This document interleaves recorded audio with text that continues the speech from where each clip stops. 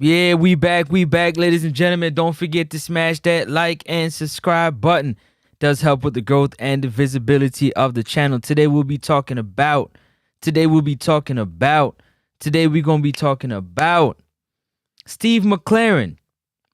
We're talking about Steve McLaren today and what he needs in terms of consistent players who are talented. And we also gonna talk about just too many information sliding out the doors of the JFF. Too many people talking about the things happening in the office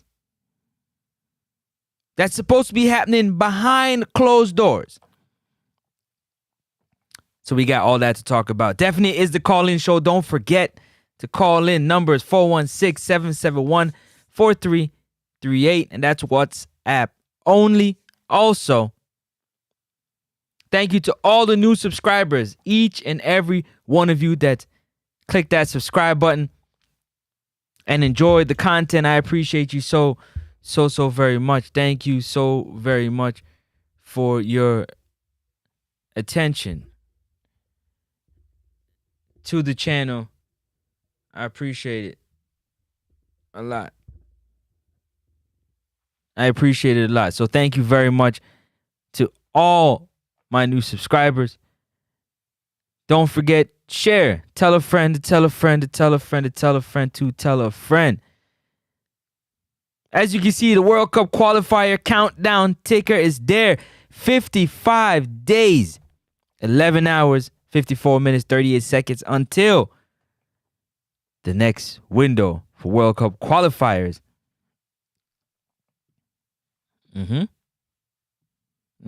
That's right. That's how much days we have left. Let me show you.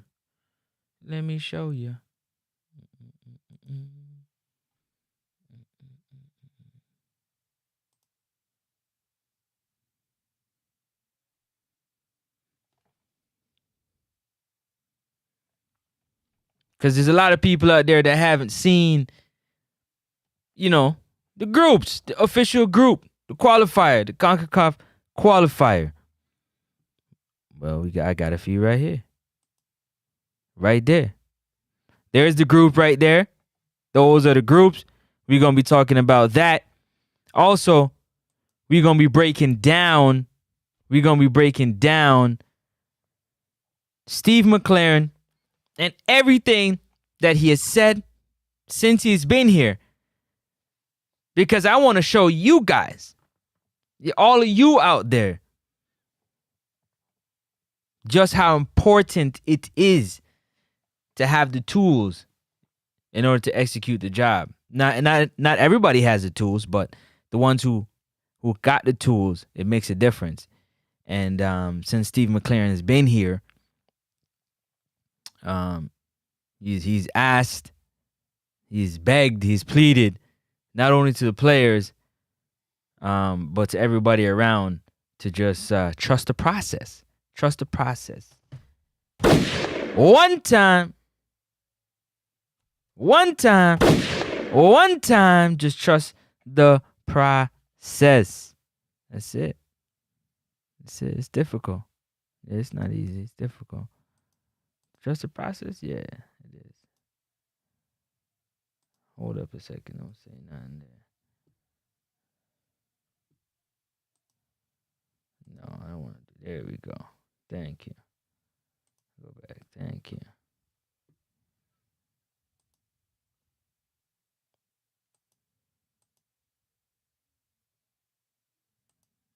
Come on, click that like button. Like up the stream.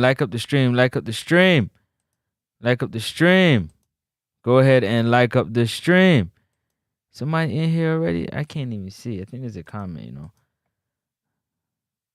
Oh, big up. Sylvester in the building. One time, yeah, I can't see. Yeah, close. Did I just close that? No. Oh, okay, it's closed from here. Big up. Hold up. I gotta get that out the way. Sylvester in the building. Big up yourself. Blessings. Up top. Uptown 1G, bless up. We're going to be talking about all of that, man. I'm taking you through it today. We got a long live. We got a productive live. But I think there's just too many conversations that are happening, man. Too many conversations that are happening. Too many information being leaked out of the JFF. Too many people have, saying what's going on. Too many people got to saying what's going on. And we got to talk about it. Information's leaking here. Information's leaking there. Information over there. Somebody told me this. Somebody told me that. Everybody got information except for when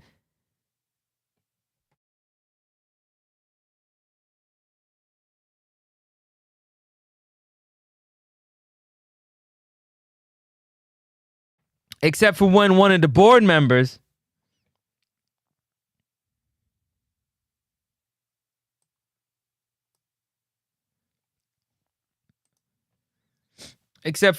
when one of the board members come out and make a statement, even though it's supposed to be President Michael Ricketts, he come out and has something to say. Also, you got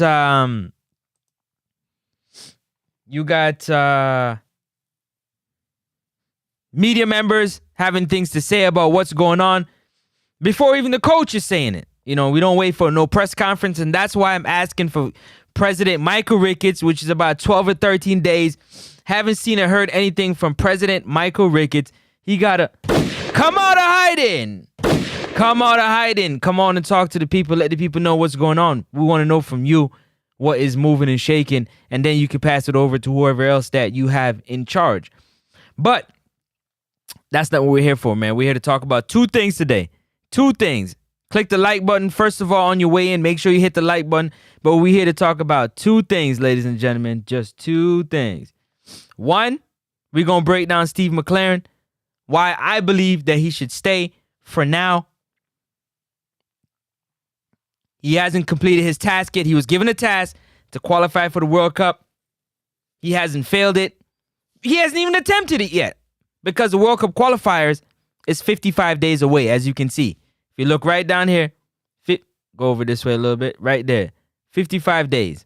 55 days, 11 hours, 48 minutes, 54 seconds until you see the Reggae Boys take the pitch again. We got 55 days to wait and to speculate and to get everything together and sort it out.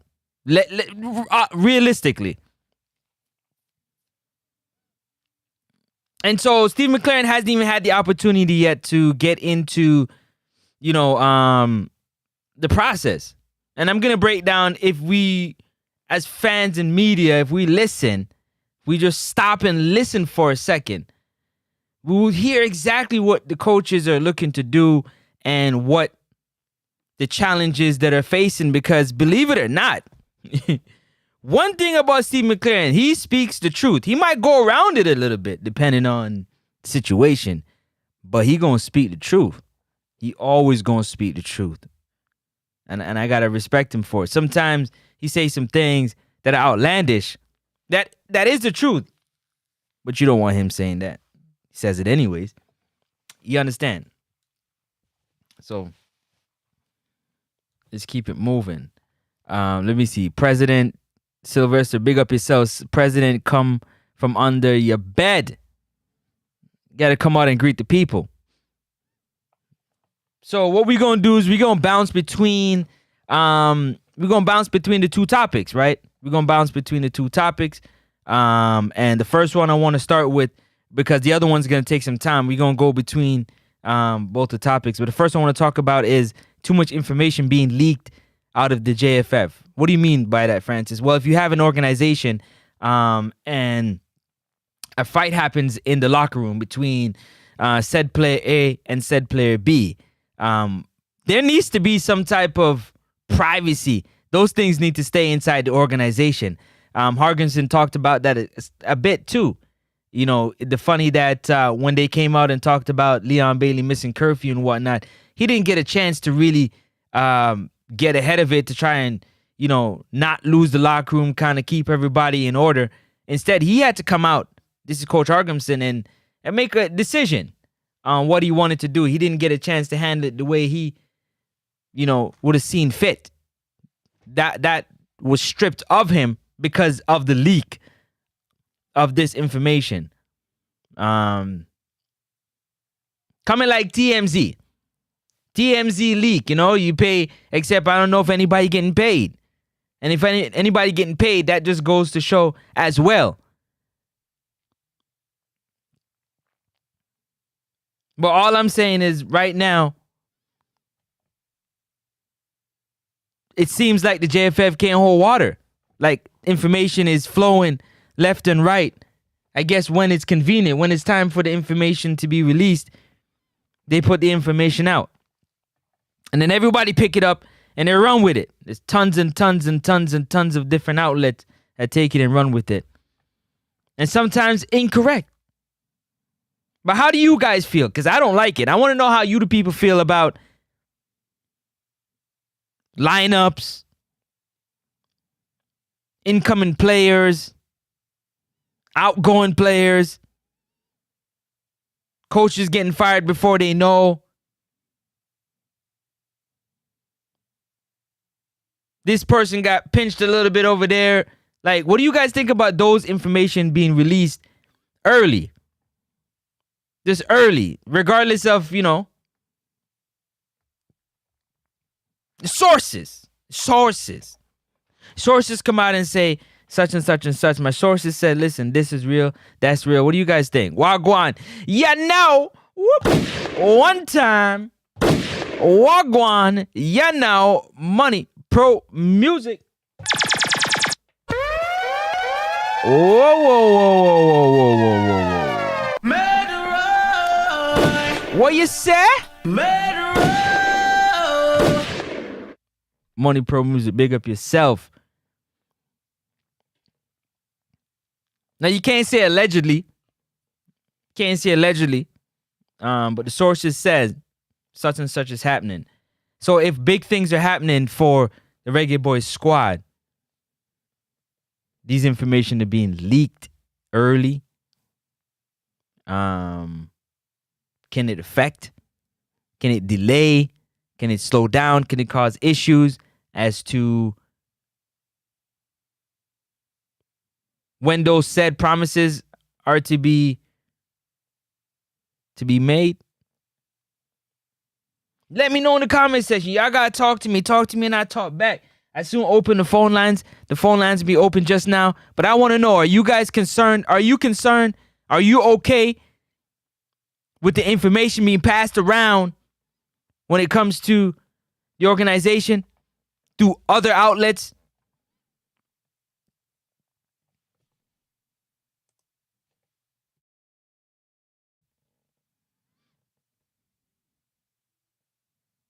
Is it okay that there's a leak in the system? There's a leak or a few leaks where things are being leaked. Doesn't matter what it is. There's just conversations that are happening outside of the organization pertaining to the organization. Things that are happening in the organization that are being talked about outside the organization by somebody that's inside and outside the organization. I'm not a fan of that. I don't think that is good.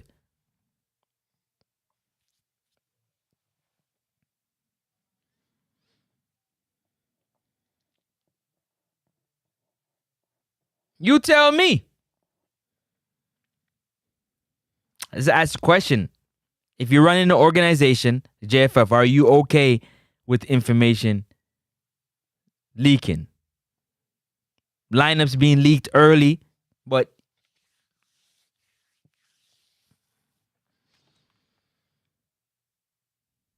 no?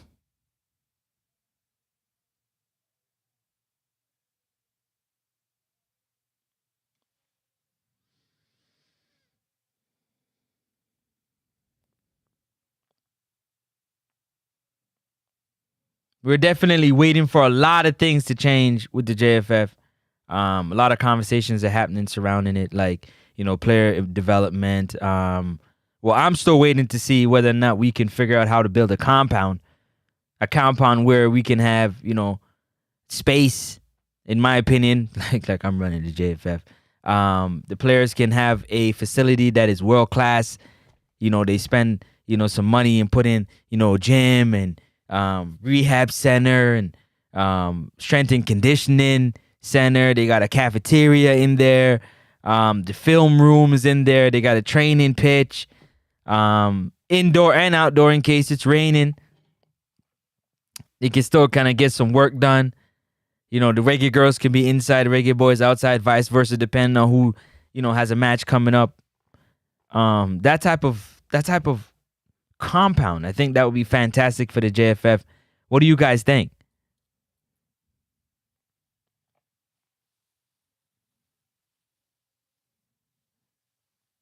Those are the information you're not hearing what's going on, but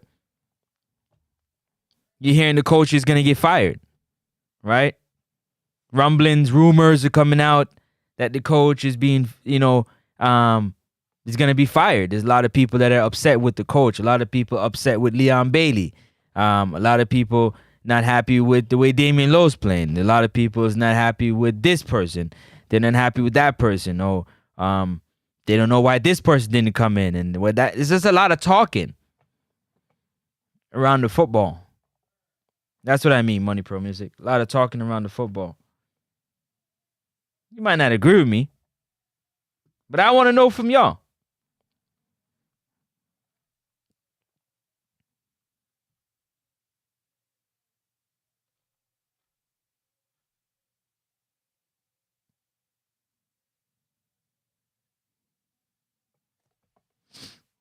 Is there too many information happening around the football? Are you guys okay with it? Are you as fans, are you okay with it? Fans and supporters of the game, are you okay with that? You get the information early, but are you okay with it? That's all I want to know. Talk to me. Let me know. Are you okay with the information coming out? So if, let's see, Brandon Cover is going to be getting into the selection, into the quota for the qualifiers in September, and the team Steve McLaren wants to keep it a secret. He wants to keep it close to the vest so that it's a surprise for the fans and the media. But somebody allegedly inside the JFF, pinch and tell somebody, hey, just so you know, Brandon Cover is going to be here in September for qualifiers. Like, that's what that type of idea. I just created a situation. It's not real. So you can understand what I mean by a leaked information. Let me see. Conversation happened between, Michael Ricketts, President Michael Ricketts, and Roy Simpson, and it wasn't a good one. And they were cussing back and forth. Like, that information getting out, that should be something that stays inside the organization. You know what I mean? A player, got pulled over for driving drunk, and it didn't hit the media. Only the organization know about it. And as the organization know about it, somebody in the organization tells somebody else about it. And boom, there you go. That's the World Cup qualifier countdown, as you can see. 55 days, 11 hours, 37 minutes, and 50 seconds until the next time we see the Reggae Boys take the pitch. And they will be competing in this group right here. This group right here. Group B. Group B consists of Curacao, Trinidad and Tobago, and Bermuda. That is our CONCACAF Road to World Cup 2026 qualifier. We in Group B. Group A consists of Panama, El Salvador, Guatemala, Suriname. That's a tough group. The next group that's tough is Costa Rica, Honduras, Haiti, Nicaragua. Tough groups.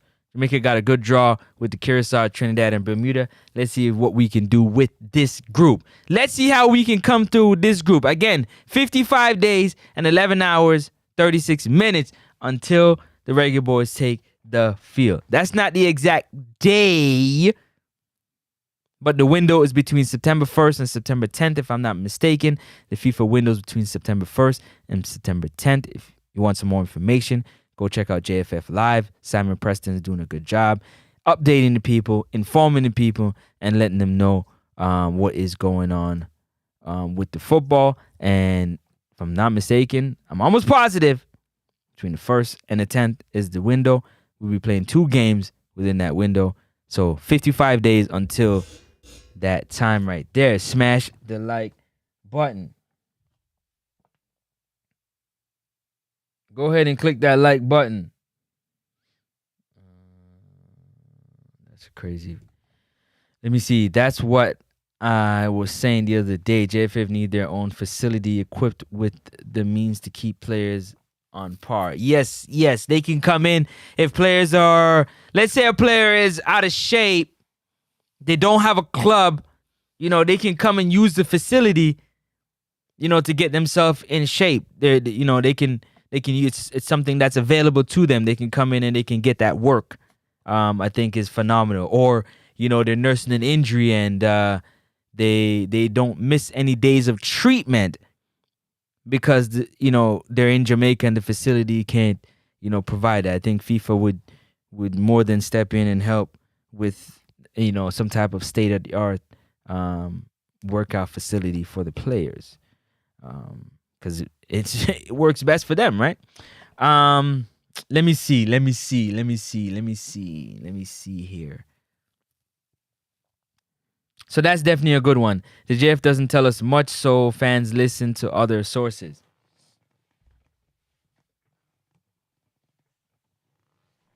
When did that happen? When did what happen, Money Pro? When did what happen? I'm not pointing no blame on nobody. I'm saying to you, when you hear, I heard this from this person, heard that from that person, do you believe that there's too many leaks, too many information being passed around? Now, the information that they're not passing around, so to speak, would be like, the ones that they don't want to pass around. But for the most part, what's happening and what's moving, I'm seeing, everybody except President Michael Ricketts addressing the football, the situation with the football. It's like he doesn't know what's going on. It's like he has no idea what is going on. Tell a friend to tell a friend, man. We about to go in. I'm about to break down some really interesting video that I want to share with y'all. And this is going to help my opinion and why I feel Steve McLaren needs to get some more time. He needs more time to equip himself with it. With players like Mason Greenwood, Leon Bailey, playing at a high level, the system in which Steve McLaren is trying to play, I think will flourish. Okay, I thought it was something come out in the media recently. No, it's if you really think about it, when you hear it all the time. There's a lot of groups. Right? Like WhatsApp groups and other text groups where everybody's talking Money Pro Music. Everybody's having conversation about what's going on inside the football, and every friend got a friend. So informations move fast. It moves fast. If you got friends that are in the media, then that's when you're going to have conversations that are going to come out regarding, a player or a coach or, a board member or whatever to do with the football. You're going to hear about it. Faster than the organization putting together a press conference about whatever issue it is, somebody within the JFF is going to have a conversation with a friend that's going to share the information with another friend. And then that's how the information is going to get out. But it cannot be confirmed because Simon Preston tells you time and time again, if you want to know anything to do with the Reggae Boys, you got to check out JFF Live. I can't remember what his channel is called right now. I can't remember what it's called. What is his channel called right now? Here's another channel. I can't remember what the other channel is called. But shout out to him nonetheless. That is what I'm talking about when I'm saying to y'all,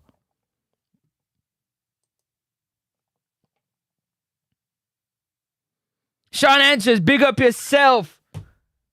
One time, big up top. Well, what y'all say? Bless up, welcome.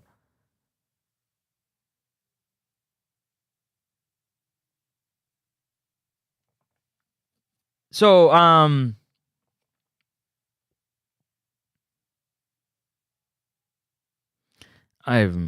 lost my train of thought.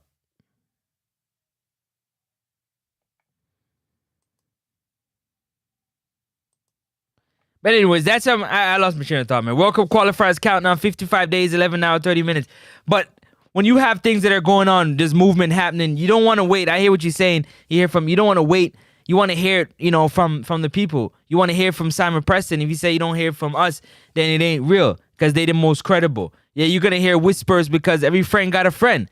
But does the whispers help the organization, keep things together? Land players, you have fans and media. When they hear, oh, this player potentially could be coming here, you have hundreds of Reggae Boys fans that go out there, jump in the DM and say, we'd love to have you here. We'd love to have you here. You need to come here. Send you all kind of messages. Are you Jamaica? Are you this? Are you that? Are you that? Bloop, bloop, bloop. Beer messages, overwhelming messages that make the players, some players would be like, oh, I appreciate the love. They really want me. Some players are like, wow, that's a lot.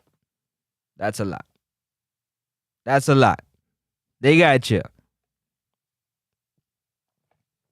One time. RR in the building. Big up yourself. Sylvester, first one in the building. Bless up. Might have to mod up my guy Sylvester just now. I had to put him on the mod squad. Might have to. You something else.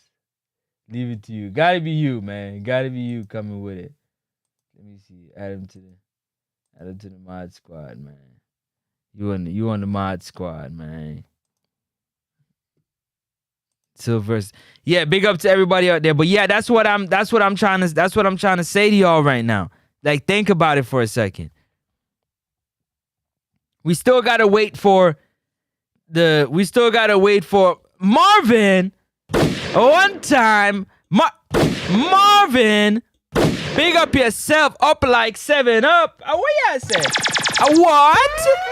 1 time, 2 time, 3 time. Say what? Hold it. Big up yourself, Marvin. What Marvin I say, yo? What Marvin I say?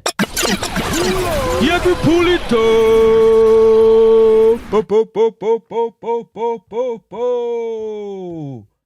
We gotta always have a good time, man. That's what it's all about. We here to talk football.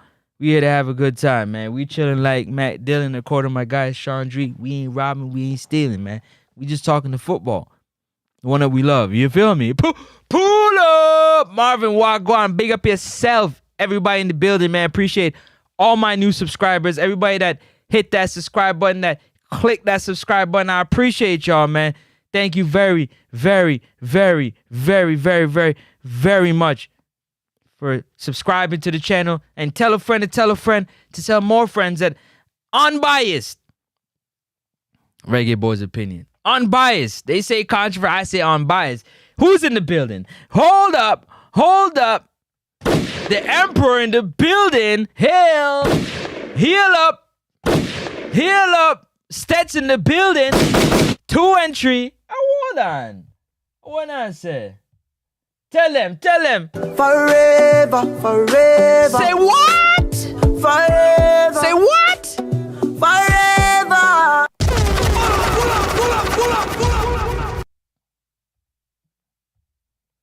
Bust it 1 time. 1 time. Bless up to everybody on the stream, man. Appreciate y'all being here.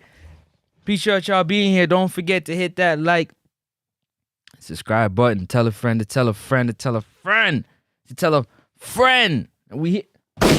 Tell a friend. You already know how it go, man. Oh no. We back again. What? Johnny Powell. Bless up one Johnny Powell in the building. Johnny Powell. What am I say? Johnny, them don't know what I'm going. I'm feeling nice. Say what? Champion fly. Stop it.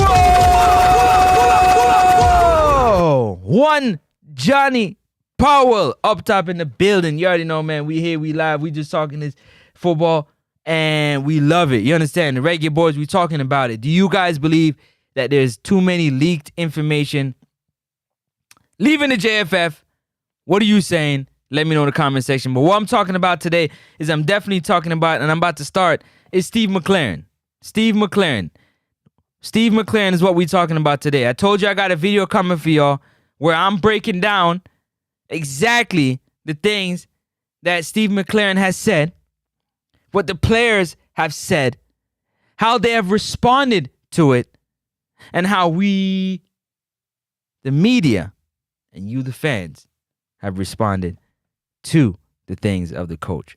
You know, because it's what have you done for me lately. You got to remember, it's always what you've done for me lately, but you can't treat all situations that way. You know what I'm saying? Respect and big up.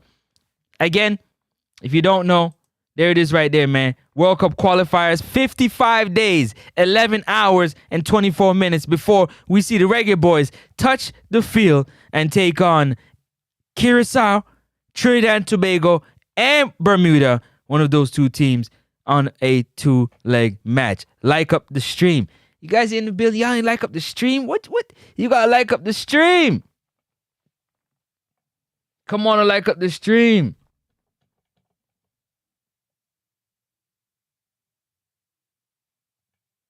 Like up the stream, people. Like up the stream. Again, World Cup qualifiers, countdown. 55 days and 11 hours, 24 minutes. We're about to be 23 minutes before we see the Reggae Boys take the field again. So we on the countdown. We definitely on the countdown. Sylvester, definitely. 12 days and no Prezi. No president. 12 days, and we hear from everybody else. We hear from Steve McLaren. We hear from Simon Preston. We hear from Manny's Man. We hear from, on their podcast, obviously. We hear from directors. Still haven't heard from President Michael Ricketts yet. 12 days and counting. Let's see how long it takes. Oh my God. Big deal, Len. In the building. What you said? 2 and 3. Him said football crime. So this is how I reply. You said football crime? Well, what? Football crime? Up top. Bless up yourself every time. Big deal. Len in the building, man. Everybody that come through. All them people watching and can't drop a comment. But Bossa Blanc for you. All my drivers out there that's doing Uber or truck driving. Everybody doing Lyft or food delivery. All the people back in the kitchen cooking. Cause you know yard man have to cook. All the sistering them that are listening in the restaurants that definitely have the thing on play. Bossa Blanc for you one time. Big up yourself. Everybody that in the office them. Then at the gym or workout. Ride them bicycle. Either them car or drive. One time phone, a big up on herself. I appreciate the support. And the nurse. Big up to the nurse them. What about the doctor them? Up top. Squad. You trying to get me in trouble, man. You better stop. You better stop playing, man. But yeah, man, big up to everybody out there for real though. That's the group that Jamaica's gonna be competing in. Again, Group B for the World Cup qualifiers. That's the draw right there. One time for the Toxic Man them. Jamaica, Curacao, Trinidad and Tobago, and Bermuda. That's what we got going on right. Oh my God, we got 2 more in the building. Julian Lakeman, big up yourself. 1 time for Julian. 1 time for Omar. 2-3 for Omar.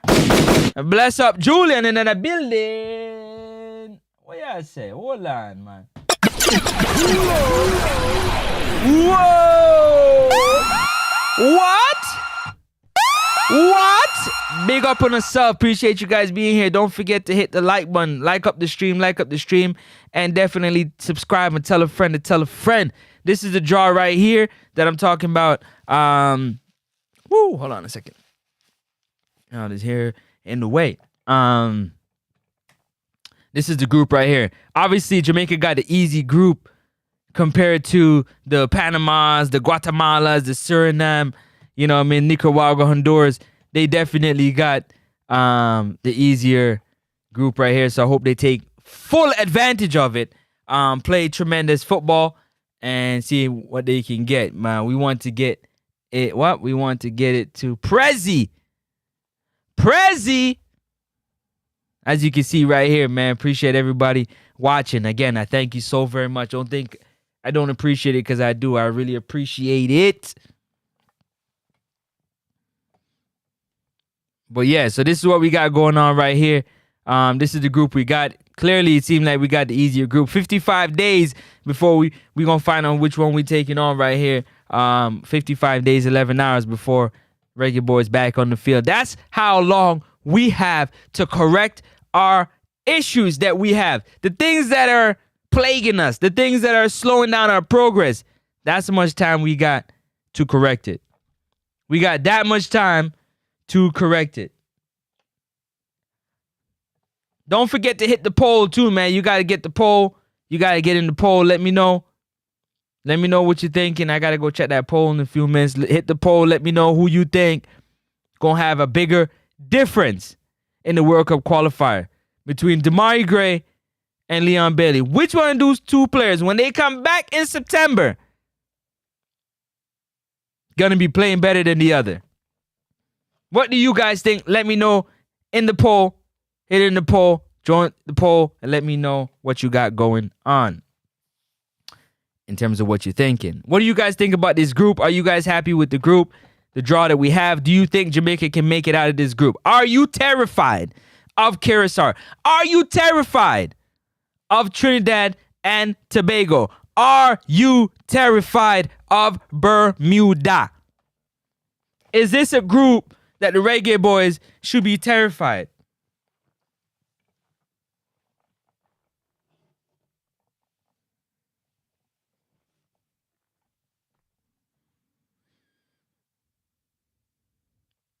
Uptown 1G said Curacao would beat Jamaica if they played tomorrow. Wow. That's a wow.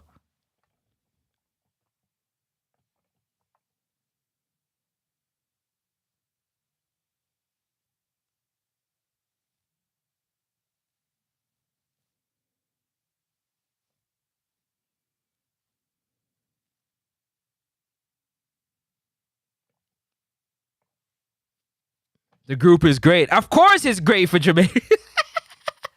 Yo, shout out to Omar. 1 time for Omar. Omar said the group is great. Then the bus. Yeah, if we can't make it out of this group, we got bigger issues. If we can't make it out of this group, we got way bigger issues than we ever thought. When I say we got way bigger issues than we ever thought. If this group, like up the chat, we need to get it to Prezi. We need a reassurance. We definitely need reassurance. We need to hear from the head man in charge. The one that's supposed to be in charge. We want to hear from the one that's supposed to be in charge. Yeah, that one. Yeah, not the one that, no. I want to hear from the one that got the title that say president. Yeah, that one, right? Yeah. I need, yeah. Get it from the system. Yeah, whatever. Get it from your directors. I don't care. I didn't hear from you. Hear from you. Hold on. We got more people up in the building. Richard Green, what's going? Hold up. I gotta pull this back real quick. One time, Richard Green in the building. Tafari in the building. Tafari in the building. One lone wolf. Lone wolf in the building. Whoa! Up top. Up top. Up top. Up top. Big up yourself every time. Every time, Richard Green. Is it true that Greenwood got his passport? See, that, again, that information, I don't know. Because I need to hear that from the president of the JFF, President Michael Ricketts. At most, I want to hear that from Steve McLaren. But I'm waiting to hear it from the president or somebody of that sort. Not knocking anybody, just so you know. You get me? We are yet to consistently... I personally like to wait for the information to come from the horse's mouth. A lot of people, in many different sports, sources work well. For me, I like to hear from it, from the horse's mouth. Now, if that source is coming from the horse's mouth, that's a different story. Totally different story. And salute. We are yet to consistently, convincingly win these games. At this point, any card can play. You get me, blood. You get me, blood. Blood, mate. Mate, you get me, mate. Mate. Hard. Uptown G, that's really concerning. That you get what I'm saying? If Uptown G say if Jamaica play Curacao tomorrow, that they would beat them, that's beyond concerning. Come on, guys. Come on, guys and gals. That come on. Mind them on the string. That's crazy. Prezzi's in hiding, man. I don't know what is going on with President Michael Ricketts. I don't know what is going on. We haven't heard or seen nothing from President Michael Ricketts at all. At all. But it's 55 days, 11 hours, and 13 minutes until we see the Reggae Boys take on this group, Group B. 2 games in that FIFA window. Yeah. It's happening. We can't back down from it. Is this a group that we're supposed to be scared of? Curacao defense is average. It's their offense that is terrifying. The Reggae Boys need to practice and train. I'm not confident Jamaica can make it out of this group. Wow. The Emperor said that he's not confident at all. I think we can pull it off, Richard Green says. Lone Wolf, the JFF president, apparently only speaks when he's told to do so. Wow. Wow, that's saying a lot. That's saying a lot. That you just said a whole lot right there. You just said a whole lot right there. What do you mean? What do you mean? Now, if things are happening where passports are being handed out, players are coming in or players are going out, shouldn't that be the joy of the president to want to let the people know, like, listen, we just lost out of this tournament in the group stages, but I can assure y'all, don't worry. We got some more, talent that's coming to play for the nation, that want to win for the nation. And we need y'all to embrace them because they're going to do the best. Where's the president? Where's our leader? So we ain't got no leader on up top. He's not really leading. Our president is not leading. He's not being a president, allegedly. And our coach, according to the fans, is not being a coach. And our leaders on the field are not being leaders on the field. Well, wow. We got some problems. 55 days and 11 hours, we got some problems. We got big problems. Yeah, we got big problems. Like up the live. At the top of the hour, I'm going to go through everything Coach McLaren has said. I'm going to prove to each and every one of you that have doubted me saying that Steve McLaren needs to stay and complete the task. I'm going to prove to you why I said, and I mean, and I'm standing on my square. I'm not listening to nobody. I'm looking with my two eyes and I'm listening with my ears to what's coming out of his mouth and what he's doing on the field, what is happening on the field. And I'm looking and I'm seeing. And I can tell y'all right now, you wait. I'm about to prove to you. I'm about to prove to you. I'm about to prove to you. And I'm going to open the phone lines so you can write. Make sure you get your pen and paper. Look. I got my book. See my book? Yeah. I got my, here my pen. See my pen? Can't see my pen? Look at my pen. See my pen? Look at my book. My book and my pen. Notes. We're going to go through this film study today. Steve McLaren film study. We're going to put a notes down. I don't care what the stat says. Let's just go through this with me. Just go through this with me. You're going to write your notes down. Then I'm going to open the phone lines. And when I open the phone lines, that's when you get the opportunity, to tell me on the phone what you think and tell the world. And then we'll discuss it further. The lines will be open. This is going to be a good one. Took me a few days to go through this. Like it's a waste of time. I'm about to prove to you why not.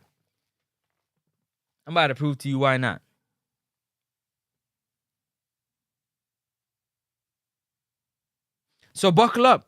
Double strap your seatbelt. Michael, who's this? Sorry, Mitchell. Up top, Mitchell.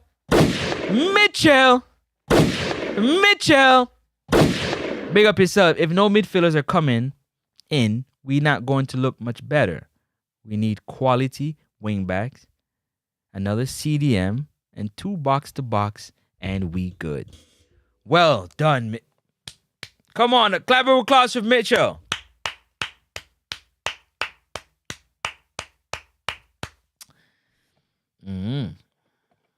That's the coach's fault, by the way. Mitchell, that's the coach's fault. The going saying, that's the coach's fault. Yeah, that's his fault. It's his fault that we need, like you said, we need 2 box-to-box, quality wingback, and another CDM. And it's his fault, okay? It's his fault.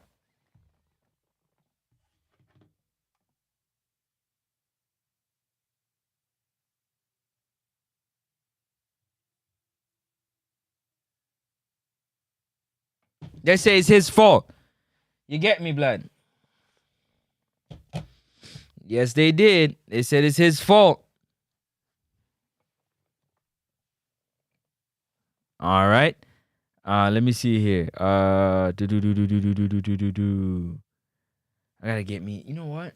I might have to do that tonight. Yeah, I might have to make my own little. Yeah.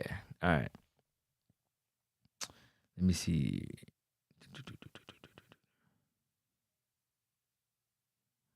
When he speaks to do so. Why did he not give Campbell a run out?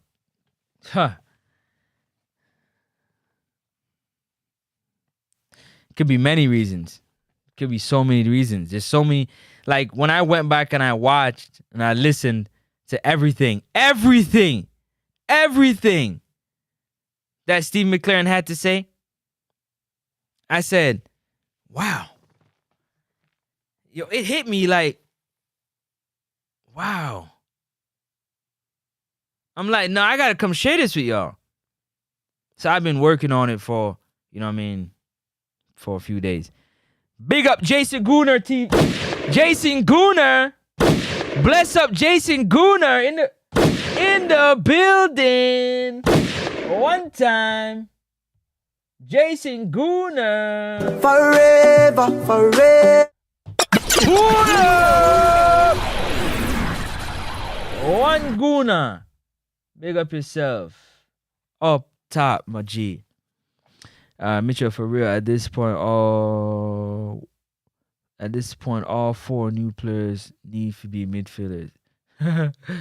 Oh, boy, bless up. Well, Speed did say 4 players are coming. That's not the president. Respectfully, that ain't the president. I know. I want the president to tell me that. I want to hear that. I want the president to let me know what's going on. Up top, Una. Up top, Jason. Oh, what Jason I said? Jason, come on, Jason. What you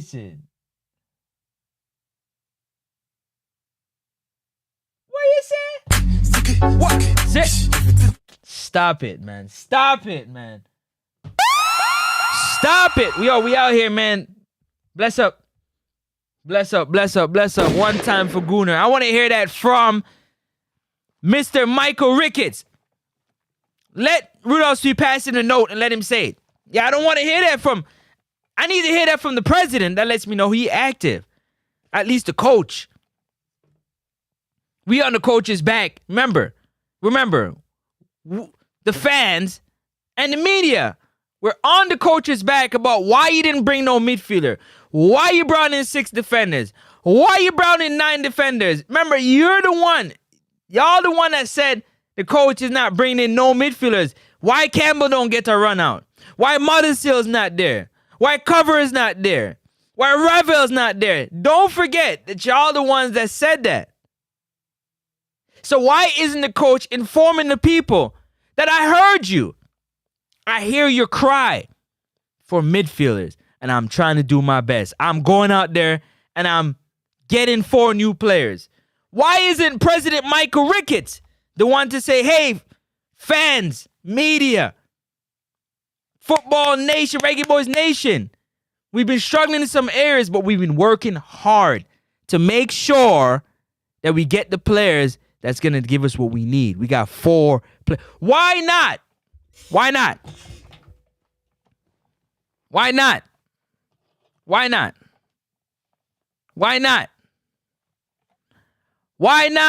Talk to me, man. Yeah, Sylvester, you know Wagwan? A Wagwan. I know Ori come. They a long time we do this. Long time. Any news on Dwight McNeil? If we don't get Greenwood, we need other options. See? That's a question right there. You got to ask the president, Michael Ricketts, the president, or even Simon Preston. But you want to hear from the president. Big up everyone. Conrad in the building. Conrad, big up yourself. Jagarns, blessings. Oh, they are listen. The ball reasoning. Up top, my G. Jagarns. 1, 2, 3. Me say 1, 2, 3. Shake it out. Natty. Up top. Sylvester say, run out pon them, Francis. What them say? Run out pon them? Where do? I'm feeling high. Champion fly. Take time. You have to take time. What me say? You have to take time. What of them? Big up on yourself. 1 Sherman Scott. 1 Sherman Scott. 1 Dan. 1 Dan. Hey. When Sherman Scott come around, you know what Sherman say? Go be the money! When 1 Dan come around, him say, go be the money! What him say? Go be the money! You better know. Big up on yourself. All right. Enough of the up top. Enough of the foolery, man. We on the way. Let's keep it moving. Big up yourself, Sherman Scott. Lone Wolf said at Richard Green, Campbell didn't get a run up because McLaren's role extends to discourage the young English talent from coming to Jamaica. Remember, he said young players first choice. I disagree with that. We're about 4 minutes away from diving deep into the McLaren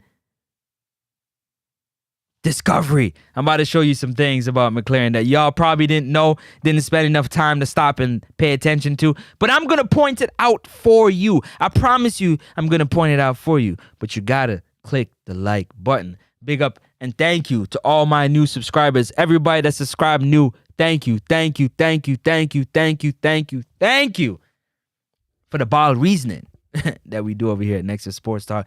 Just so y'all know, I love EPL. Yeah, I'm a Gunners fan. I'm an Arsenal fan. So I'm going to do this ain't going to only be Reggae Boys talk. I'm going to do football too. I'm going to talk about football all day, every day. Yeah? I don't care what team it is, whether it's La Liga, the EPL, the French League. It don't matter what it is. We're going to talk football. So I want y'all to show up and show as much love and enthusiasm for the Reggae Boys talk as when we do the regular talk. All your sports fan, whether you're a Chelsea fan, whether you're a Liverpool fan, whether you're a Man United fan, just come out and enjoy the ball reasoning when we're talking about the EPL and we're talking about Champions League and whatnot. I look forward to it. It's going to be a good one, man. Y'all lock in on the same talk. Add your comments and your thoughts. And you already know, the phone line has got to be open always. Always got to be open. You feel me? 55 days, 11 hours for World Cup qualifiers. 55 days. We counting down. 55 days and 11 hours. We counting down. You understand? But big up. Let me see. Where we at? What I miss? People like and share. Coach don't respect the fans. He following Mr. Speedy and JFF. We gonna go into that. Don't worry, Conrad. I got you. One time. Those what he said that. Yes, he did an interview.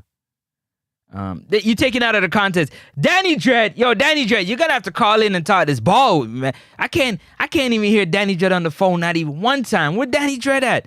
That knowledge you got, you can't just sit with all that knowledge you got, Danny Dredd. You gotta bless the people with it. You gotta bless the people with that ball knowledge. You know you got it. One time for Danny Dredd. One time for Danny Dredd. Big up yourself. Whoa. Come true. Hold on. What we gotta do? What we gotta go for Danny Dredd? What you say? I'm feeling nice. What? Champion fly. One Danny Dredd. We say one Danny Dredd. One Danny Dredd. Alright? I'm gonna go and big up on yourself. Alright, let me see. Where may I go next? Danny Dredd, you have to hit up the phone line when we turn it on. When we turn on the phone line. He said that in an interview. Check the archive. No. He did say in an interview, but you're misunderstanding what he's saying. It's the same reason why Omari Hutchinson, when he got the opportunity, boom, he switched and went to England. Boom, when he got the opportunity, he went over and started playing for England. It's the same thing. He's saying that in their head, not his head, in their head, their first option is going to be England. Not to say that he doesn't want it to be Jamaica. So it's kind of flipped it a little bit, but that's okay. It's an opinion, right? That we all have. Steve McLaren is a double agent sleeper cell. Oh, we about to find out. Don't worry. Gunner for life, me say. One time for the Gunner fans. For life. Big up yourself. Loving the sound effects. We're there. Next up, hi-fi sound system in effect.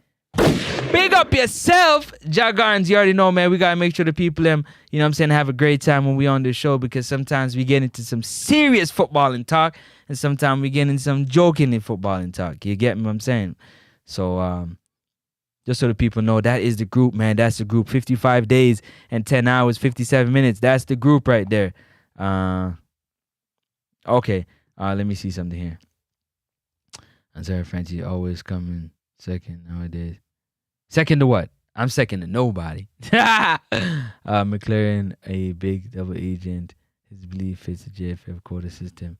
That's kind of crazy that he thinks. So the organization wants to do well and possibly win a champion, win the cup or go to the World Cup at some point. But they're letting another guy come from another country and put his country first over. Okay, cool. I got you. Okay, fellow Gooner. Big up yourself, fellow Gooner. Francis, Mexico just play a 16-year-old in the Gold Cup final against USA, and him almost scored on USA. That's congratulations to him. congratulations to that young man that got that opportunity. Congratulations to him. And Jamaica don't want to play young players. I don't know if they don't want to play young players or the young players are just not at that level they need to be to play them. I've battled with that back and forth with that. I have a feeling you're gonna die, so I gotta watch you. Don't die on me, man. I've definitely battled with that back and forth. So yeah, I'm not sure. Yeah, okay, cool. I got you. Misunderstood nothing, sir. All right. Respect. I'm gonna back off. Cool. Blessing. Campos, big up yourself. Campos, big up yourself. Campos 23, big up yourself. Young. Okay, Richard Green, 16-year-old. Yeah, it's like when is it Baez? Baez? I think it's Baez. It's for Ecuador. That 16-year-old midfielder that was giving us fits the last time we did that tournament that we were part of, the Carnival. When we were part of the Carnival, that definitely, yeah. But I don't know if our 16-year-old footballers are on that level. Do you guys believe our 16-year-old footballers are on that level? Are they on that level? But yo, I gotta change this topic, man, because I gotta get into the Steve McLaren talk right now, man. I can't really waste no more time. I gotta get into the Steve McLaren talk. You get me? Because it's gonna take some time. So we're gonna revisit that in a few. We're gonna revisit that in a few. I am worried, Jaja. We are in trouble at Lone Wolf. I don't know. We in something, man. We definitely something. Bless up, Father Bling in the building. Bless up yourself. Hold on a second.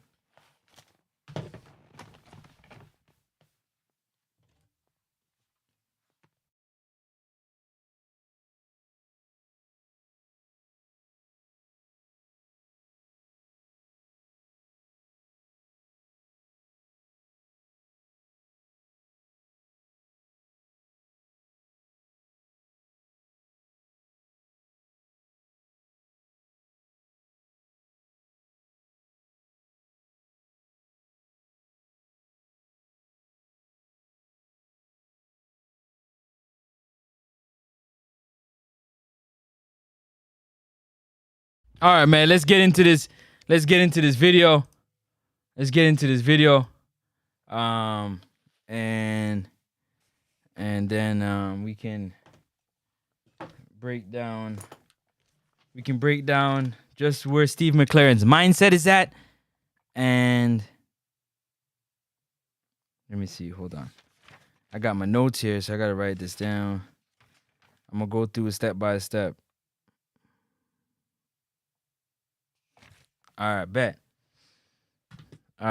Big up. Let me see any comments. The quality of the coaching is not up to par, so they gotta rely heavily on the talent pool. Talent wins you. You need talent to win. You cannot win at this level without talent. There's no way you're gonna win at this level without talent. It's just not gonna happen. Anyways, let's get into it. Right. Oh, Kenisha Barrel. One time for Kenisha Barrel. Kenisha. One time for Kenisha. What am I saying?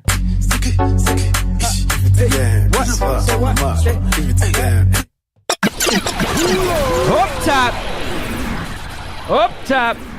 One time. Big up yourself. Welcome. Blessings. Let's dive into it. That's 55 days and 10 hours and 52 minutes.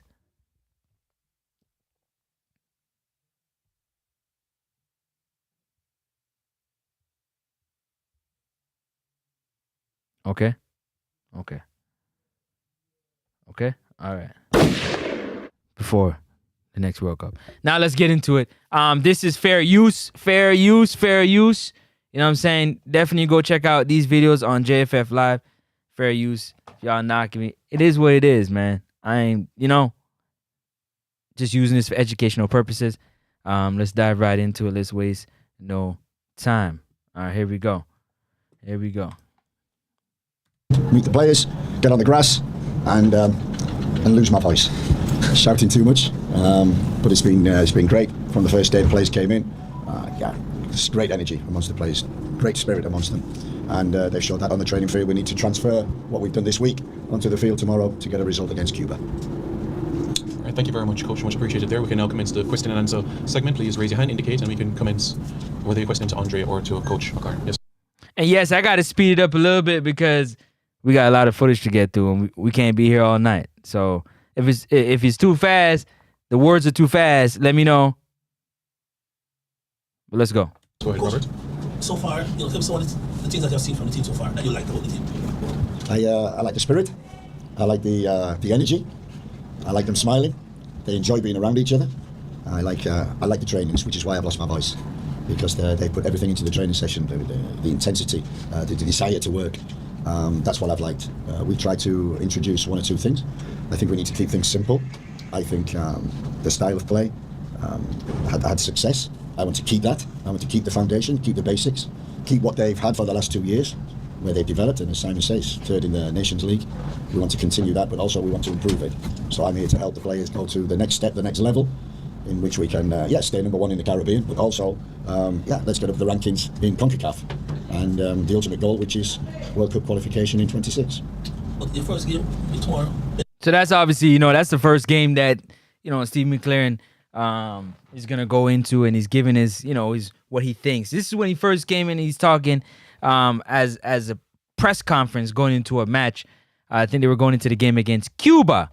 Shout out to JFF Live, fair use. We just using this as a base and break it down. Let's go.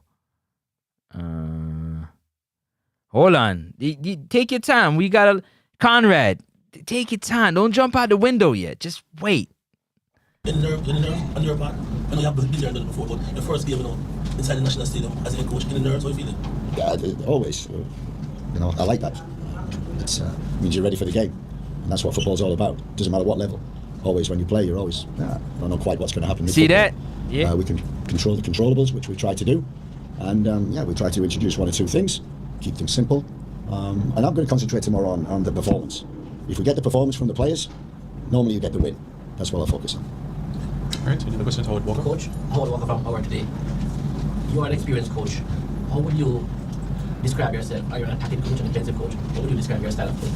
So he asked him, how do you describe your style of coaching, right? Want to know more about you, what's your style of coaching? And so he's going to respond what his style of coaching is, and we're going to break it down. I'm going to give you my thoughts and my opinions when he says things that, I think makes sense. And if not, you let me know in the comment section. I'll stop and I answer anything that you think you hear. Let's go through it together. Smash that like button, all right? Let's do it. How would we like it better? Well, I try to be a winning coach. Because winning keeps you in the job and helps you develop and helps you go forward. So everybody like to win. So you already know off the bat that Steve McLaren, he's not a fan of losing. He's not a fan of losing. This losing is not really something that he with. Like obviously everybody knows. I said it like 2 streams or 3 streams ago. I said, winning keeps the coach in his job. When you lose, the first person to get fired is the coach. The first person to go is the coach. Yank, get him out of here. You know what I'm saying? So let's keep it going. Listen, this one is going to be a good one. If y'all really love the football reasoning, this stream is going to be a good one. Like up the stream. Because we're going to be, you know what I mean? We're going to be doing our thing. I'm quite a flexible, adaptable coach. I like the fundamentals. I like the basics. I like people knowing their jobs, doing their jobs. Yeah, first day in the job. You want to see how the players play in front of you live as you being the gaffer on the sidelines. What do you focus on the performance? How can you focus on the performance? And if you don't know anything about international ball, you don't get a lot of time to train. You get this new team. It's not like you get this new team and you get 2 weeks to train them. It's not like you get you get like a day or maybe 2. Maybe 3 to implement a system or something.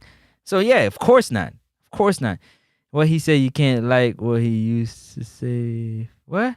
You can't say like what he used to say at first month. Working hard, having good attitude, being hard to beat. I think that's being hard to beat. All performances. If you're easy to beat and you're too stretched and you can't defend, you don't win football matches or not enough. So that is what. Hard to beat. Don't get too stretched. You got to remember what he's saying, because, that memory, write it down. That's why I say get your pen. Where my pen at? You got to get your pen, write your notes down. If you don't miss it. Don't miss it. All right. Team have got. That's what they've developed over the last 2 years under the. It's going to be content for everybody to clip up. You can clip it up because we're going to go through it step by step. Let's go. The last coach. And I like that. I like that. Gives us a platform. We need to build from that platform now. In terms of formation. So he likes the defensive balance that the last coach has built. Yeah. The last coach has built. He said he liked the platform, the argument defensively. Defensively, we all can agree. Jamaica was good defensively when Hargison was here. Facts. Let's keep it moving. What's your preferred formation? That's adaptable. That's flexible to the players. The question was, what's your preferred formation? He said, I'm going to go back. In terms of formation, what's your preferred formation? That's adaptable. That's flexible to the players that are available. So it depends on the players, depends on the opponent also. So yeah, we've introduced one or two small things, principles, non-negotiables, which we must have in a game. And it's not going to be easy. It's not going to happen straight away. We're going to have spells where maybe we try to build up, but we make mistakes. And, Andre is central to that. And, yeah, I take responsibility for that. So players, we want them to play. We want them to, be able to deal with the ball, handle the ball, control the game in possession. So not just... So let me slow that down. You say that is controllable. Obviously, based on the talent that you have, dictates the formation that you play, dictates the style of play that you have. That's common sense. It's all relatable. Having the right players dictate the system that you play, the formation that you're playing, because you got to use their abilities. You got to put them in the right spot, and you also got to use what you have. That's also a thing too. This isn't video game where you can pick no, you use what you have, right? Okay. So he's saying right here that he wants him to control the ball. Give them the freedom to play. There's things that are non-negotiable. There's things that you have to do that we don't know about, that they talk about in training, that they have to do. There's things that you have to do that are non-negotiable, structures and principles that you have to stick to. At the same time, I want you to play free. I want you to want the ball, control the ball, and deal with the ball. That is the system that we're playing, to give you the freedom to do your thing within our system that we have that you guys don't know about, I don't know about, because we're not in training.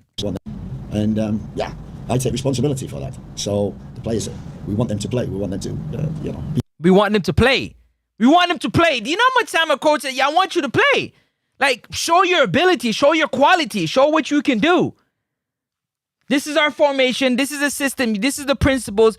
But show what you can do. Show what you got. Like, who doesn't want to go on a team and get freedom to play within a system? But anyways, maybe not.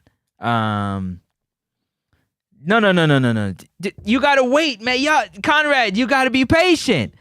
Right? He said in his last interview, he serves no purpose. His last interview. Again, what have you done for me lately? I get you. Okay. Let me see. Whisper that good and yet not seeing much of him. In conclusion. Okay, that's something else. You should write them down. Bless up. Bessa. Documentary.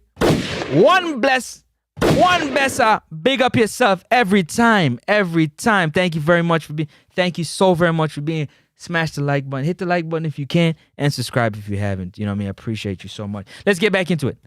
Be able to deal with the ball, handle the ball. Be able to deal with the ball, handle the ball. First time. I want somebody to deal with the ball, handle the ball. Be not afraid of the ball. In other words, your control is good. Your ball dribbling skills is good.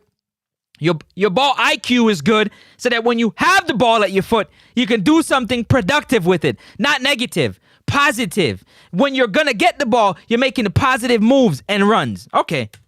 Control the game. Control the game.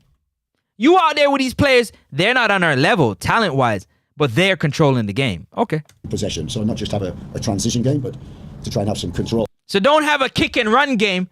I want you to control the game on all levels. I want you to control it in the middle of the park. I want you to control the transition games. I want you to control the possession game. Which is in possession, control the game. Out of possession, you're in good shape, good formation, hard to beat. Thanks, Howard. It's quite clear what he said. Let's keep rolling. Then Mr. Blake. Coach McLaren, welcome to Jamaica, Donald from Sportsmans. Over the next 18 months, I'm not sure how much of a hard butter person that you'd have to become to lead this team, but let's see what happens. But in regards to tomorrow's game, first game against Cuba in particular, is it that you would be more of a coach tomorrow where the handbrake is up, or you're going to be asking your players to express themselves more as you observe, as this is like a litmus test for you?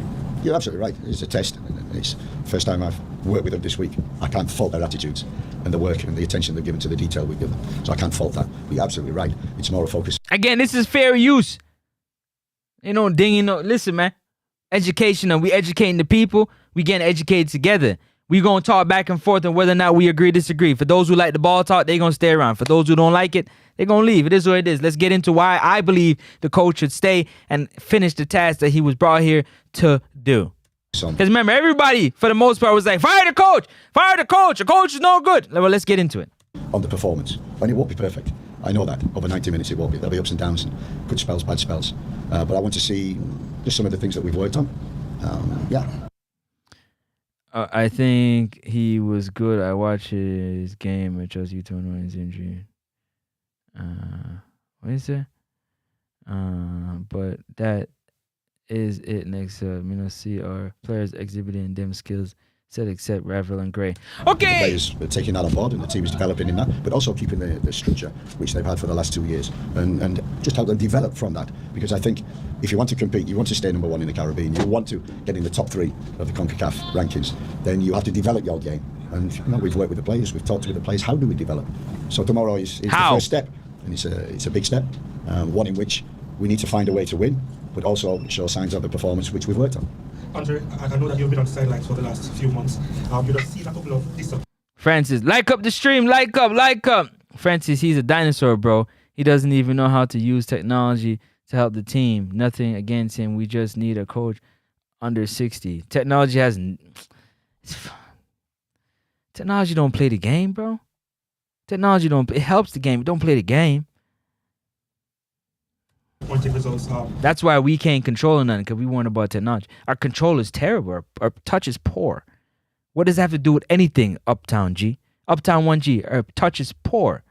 All right. Especially from our standpoint, from the fans' standpoint. Knowing that you're with the squad now at the setup, what's the feeling like there? Because probably the performance would have been a little bit strange, not only because you weren't playing, but based on the type of performance that you're seeing. But what's it like being back in there? It's always good to be back, with the boys. As coach said, the energy is good, the vibe is right at the camp, and it was tough for me, not being able to be with the boys, especially. Now he's talking about his time with away from back with the new coach now. But I think they did well for the most part, but the game can be defined, by small margins, and unfortunately we fall short, but I think we're headed in the right direction, and with Steve coming in, and implementing these strategies, I just think that, we're excited and we're looking forward to it, and I think there's great things to come. Yeah, Brian, Mr. Blake. Brian, and then How are you feeling fitness-wise? Because I know being out for I'm good. I've played 11 games since I've been back. you need to get Leon Bailey back. So unfortunate that you picked up that injury to Progressed, needs to find a home. I think he's found that at Sheffield Wednesday. He's playing very well. I've seen him on the wing. I've seen him as number 9. So that flexibility we talked about within the squad, that is what you need for sure. I think since he was a young player, big talent. back. So unfortunate that you picked up that injury to Aston Villa. Jamal Lowe comes into the setup. What are you thinking? I've been watching Jamal since he was a young player, big talent, and I think he's progressed. He needs to find a whole flexibility with spirits. It's All not right. too bad. He might be back for the bench in 2 weeks for Villa, but definitely he said he'll come back. He might be back for the bench. But, it was disappointing. All the work we've done to get Leon back. All the work we've done to get Leon back. Can't call a big man boy. Stop it. He goes and gets injured. But I spoke to him this morning, Leon, and he's in good spirits. It's not too bad. Stop He might be it. back for the bench. Stop it. You're being messy. He said he'll miss 1 game. Stop being Villa messy, for the R. next camp. So we look forward to that. But it's an opportunity for Jamal Lowe to come back into the squad. He's been in before. Jamal And Lowe he's he's got an talking opportunity, about. and he's got an opportunity tomorrow. Got an opportunity. So first of all, coach and captain, best wishes from the fans. Foot the long ball inside. We've always been in very good positions and seem to concede in the last 4 or 5 minutes of the game after 80th minute. What strategies have you put in place, if you can say, to counteract that so that the team can hold on when they've played so well for most of the game and either end up in a draw or not see the game right through to get the 3 points? That's the first question. I got to say it's a very good question. 2 of them. And I don't call it long ball. I call it the long pass. So that's what we're asking him to do. Long pass, not long ball. Hold on, we getting into. See, I'm getting somewhere. See, for me, you got to build. It's somewhere you're getting to. It's a consistency that we're talking about that we want in the players that we don't see in them players. But let's get to it. Pass the ball. If it's long, if it's short, it's a pass. And you need the long ball. Sorry, you need a long pass. Occasionally in a game. And we've talked about that because in the modern game of football, it's changing. Tactics are changing, and players and the teams are pressing hard, and they may leave space behind. Therefore, what do? Are you playing to the trap, or you play a long pass in behind the defenders? You have to have every strategy. You have to be able to do all the things, and I think that's what I'm not saying we're trying to develop all the things, but we're trying to vary You got to be able to do everything, a game so that we can play. We've got that structure, but also, and we say to Andre, in the end, no risk. If it has to be a long pass, it has to be a long pass. We've got Antonio up front, we've got Shaman Nicholson up front, who are big and physical. We've got speed. We have to use that speed. How do you use that speed? You use that speed by exploiting the space behind defenders. How do you do that? Then quickly you have to have a long pass in behind. So it's a great strength of the Jamaican team, which we're good on transition, but we want to develop that into more possession. The second question in terms of the last 10 minutes and conceding goals, and so we talked about that yesterday. He pointed out that fact to me, and this is what I said to the squad. What? Hold up. Let me see. I don't want these comments getting too far. Francis, now that I'm a bit confused with some of the things that you are saying, bro, if technology is not that important, why are top teams investing millions in that? No, I never said it's not important. No. I never said, I said it doesn't play, I said technology doesn't play the game on the field. I said technology assists and helps you with getting information faster while the game is going on. Yeah, technology is important. But that's why you should have assistants, people in place, because most of these coaches, it's their assistants that are showing them the stuff on the iPad. They're looking at it. And you'd barely see that at the national level. Unless it's like a bad challenge where somebody got a yellow card or a red card and they're wanting to see if they should, they're trying to dispute whether or not they go look at it, or a free kick, a dead ball play, and they go look at it, but they're not sitting there looking at the iPad. Like, you guys are confusing club level with international level. I think that's the confusion. Club level to international level. Now, it also comes down to resources. Can you afford? Can your organization afford to have these technologies and these things available for the coach or the team to use? If we're struggling to get a compound and a facility to get some state-of-the-art equipment, so to speak, when I say struggling, I don't know if they're looking at it, but they should be, then what are we talking about? What are we really talking about? Football is not about the level. Yep, we need to pick the right players. The coach still don't know his players. What you say about the coach is T-Rex. Players. It's about the starters and the finishers. And the finishers have a more important job than the starters because they have to finish the game. So subs are important. There's 5 subs. So it's clearly that you guys have already made up your mind. You're not trying to listen or learn anything that the coach, that I'm trying to tell you regarding the coach and what he got going on. So let's keep it rolling. Oh, no, go back. Let's keep it rolling. Now. So in a situation, so he said let me roll it back. Football is not about 11 players. It's about the starters and the finishers. And the finishers have a more important job than the starters because they have to finish the game. So subs are important. There's 5 subs now. So in a situation where you're winning a game, you're losing a game, it's important that the squad, the players on the bench, part of the squad, they impact. And that's also what I'm looking for. So I'm not just looking at how we start, how we develop through the games, how we take half-time, how we take instruction, how the bench affect the game, make an impact, so that we don't, if we're 1-0 up, we don't concede in the last few minutes of the game. The sign of a good team, and we've said this, the sign of a good team is we keep going and we score in the last 10 minutes. We do what? We score. We keep going and we score. The goal is to score goals. All right, cool. So we may be down, we may be drawing, but a good team stays in the game, finishes the game, and scores a winning goal. But also make sure that it doesn't lose the game as well. Just a quick question. Can you tell us the difference between your first day as England head coach and your first days as Jamaican head coach? What's the difference for you? Well, basic difference is there's probably 3, 6, 9, 12, 20, 21 players in the room, and the first day with England there was about 200. All right, let's go to Roger and then Jerome. General sentiment on this one. I mean, it was a bittersweet moment. Hammer came in and he did a good job. He definitely take us to another level. But things happen. And when it was Steve time, obviously who didn't know him had to do their research. But immediately we realized that we were getting somebody with a great pedigree. So everybody was excited, as I said before, and we were looking forward to it. And now that we got a chance to meet and work together, we're just excited. It's great things to come. Okay, Coach.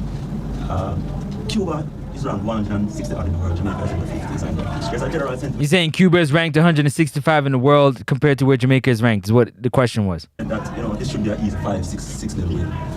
Not sure how much blindsided are you in terms of Should be an easy 5-6 nil win. what to expect from the Cubans, but what you know is that you have the players working with for that game. What would be your general sentiment and expectations heading into that game and coming out of that game? I think the first expectation is, like every game, we Up top, Giant Entertainment. Up top, big up yourself. Big up yourself. plan to win, and we expect to win. So that's the first message to them, and then go out and win. That's basically it. Cuba will be a difficult team. They perform very well in the under-20s CONCACAF Cup. They're developing. They've got quite a few resources now, so the game is developing, the coaching is developing. The money not, yo, Jason, the money not easy, bro.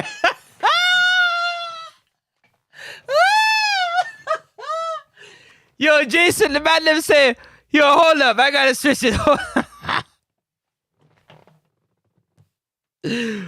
Yo, Jason, the man them say, yo, this should be a easy 5-6 nil victory. What?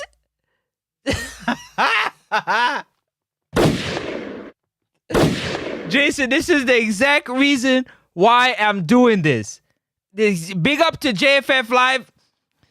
Yo, go subscribe to them if you haven't. Get your membership if you haven't. Go over there. Man, they got a lot of content. Go over there and check them out. Plug in JFF Live. You understand? Appreciate the content. It's fair use. But Jason, I'm telling you, bro. I'm telling you. No lies. Let me get back to it. The man said easy. Let me play that again. That one was hilarious. Hold up.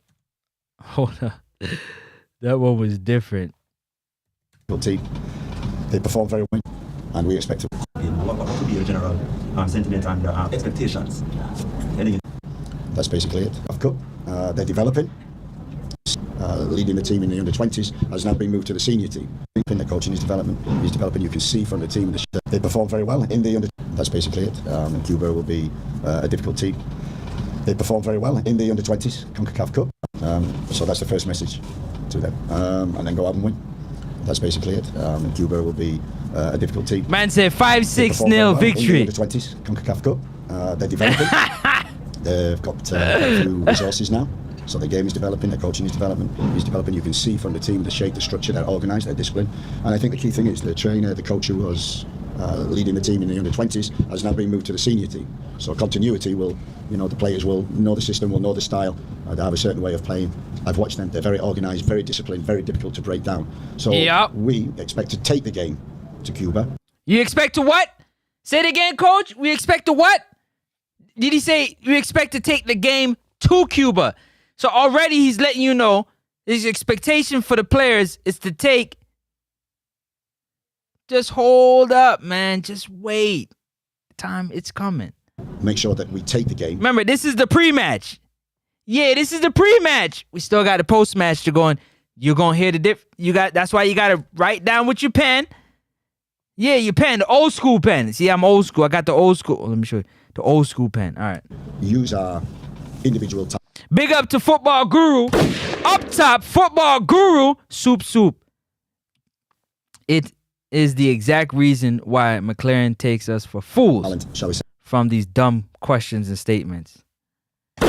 Up top, Football Guru. In the final third, create and score, but also to make sure they're very dangerous on the transition, that our rest defence is right, and we get the balance between attack and defence and not go too gung-ho. So a balanced performance, expectations of winning, and demanding that we win. Expectations of winning, demanding that we win, balanced. We don't want to go up too far. We don't want to fall back. All right, cool. Coach, got you. Coach, about a question for each coach. Captain first. The coach mentioned that there are some non-negotiables. Are you able to elaborate on some of those, and what is the... So, do you hear that? The coach said that there's some non-negotiables, people. Pay attention. You in the back. Yeah, you pay attention. The coach said there's some non-negotiables. Some non-negotiables. and the interviewer is going to ask, can you tell us what those non-negotiables are? This is why I asked you, do you think that there's too much information leaking in the JF? What kind of question is that? You think he's going to tell you about what the coach has told him privately about the controllables? That don't even make sense. And that's no disrespect to none of the people asking the question. Let me just say that, because I don't even know you to have anything against you. All right, let's roll. Jerome? Coach, about a question for each. Coach, Captain first. Coach mentioned that there are some non-negotiables. Are you able to elaborate on some of those, and what is the reception like from the players? Yeah, since the first day, Coach said everybody on the team is going to need to want the ball. Everybody on the team is going to have to be willing to run, defend together, fight for each other. And yeah, I have to agree with Coach. If you want to... Say that again, Bailey. Hold on. What Blakey say? No, not beat the coach. What Blakey? That's why I tell you guys to wait. Okay, you're not listening. What, babe? Say it again, Blake. The run, defend. Everybody on the team is going to need to want the ball, Everybody on the team is going to want to need the ball. These are the non-negotiables he's telling you. Asked, right? And he's telling you the non-negotiables. Everybody on the team is going to have to be willing to run. You're going to have to be willing to run. Yeah? Defend together, fight for each other. Defend together and fight together. Jesus, have mercy. And yeah, I have to agree with Coach. If you want to be a really good team and go to the next level. Conrad, it's what you have done for me lately. That's why I'm going to show you that you tell me what you've seen from the first one. Don't worry, we're getting somewhere, man. You got somewhere to go? Strap in. I told you to double strap your seatbelt. We're going somewhere. And, compete and beat the US and the Mexicos and even, the bigger teams. You have to be able to do these things and do them consistently. You have to be able to do these things, want the ball, run hard, defend well, and score. You have to beat these teams. You're gonna have to do these things. That's what the captain. All right, the coach didn't say that. Andre Blake is saying that.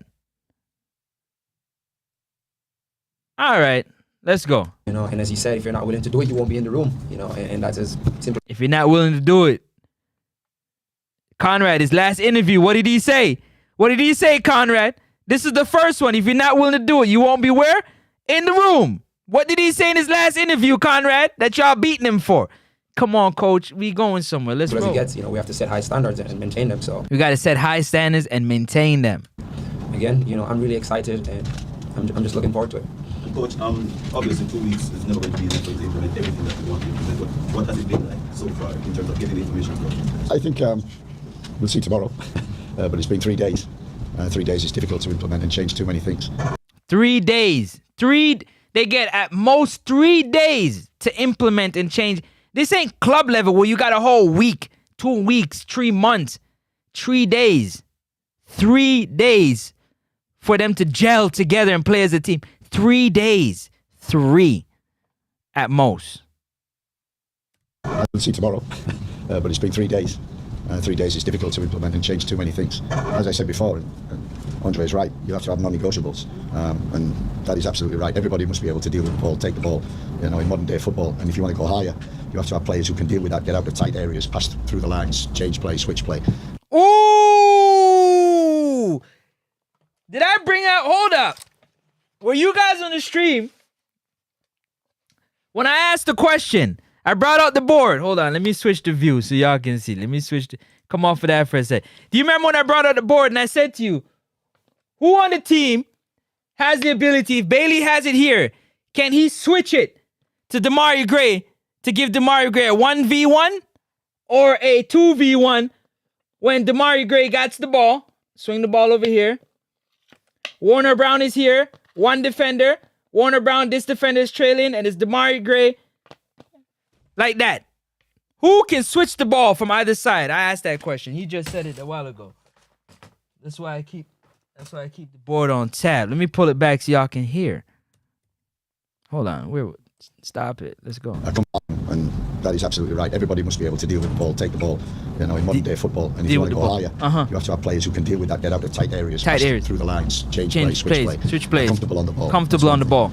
You need the coach to teach you at this level how to be comfortable on the ball, to switch plays and do all that with 3 days. He got to implement a game plan and the philosophy, and he's going to take 3 days to teach you how to switch the play. You coming from a big club and playing big time football, and you need to know how to switch the play. Oh, okay. Back with 11, we defend with 11. No more is the one where we leave the 9 up front, he doesn't have to work, or the 11 can cheat. Everybody has to work together in terms of that. And I think the key thing is consistency. If we get consistency in them areas, then you get results on a more level basis. But as I say, it's a process. It's great. The process started on Monday. Couldn't wait. We're out on the grass.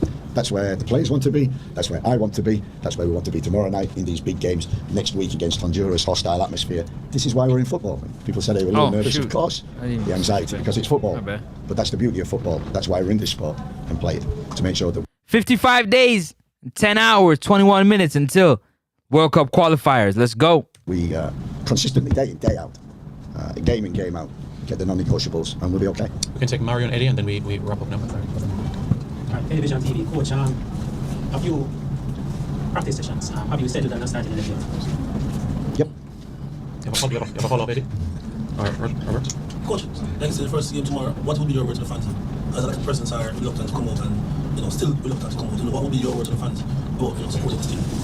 I think one of the goals we talked about when we came in was we want to fill the stadium. Fill up the stadium. And we're not doing that at the moment. And the players don't like that. I don't like hearing that. I want all the support that we can get, because that's why we play out there. That's why we go out there, for the supporters to play for. Yes, for each other. Not for the coaching staff, but for each other. Oh, we don't what? Yeah, we don't play for the coaching staff. No, we play for each other. As a player, you play for each other. You want a team, man, you don't care what the coach got to say, bro. You play for the dude sitting next to you in the changing room. Yeah, that's the team. That's the squad. All of a sudden it changed now. We play for the coach all of a sudden. All of a sudden, we play. All of a sudden, we play for the coach now. I've never been a part of a team, any team, and I played for the coach. Never. For the coach. Never. I don't care what team. I've never played for the coach. No. I don't know what you guys are on, but that's not what I'm on. Nah, that's a negative for me. But let's get back to it, man. And for the supporters, there's nothing better than a connection.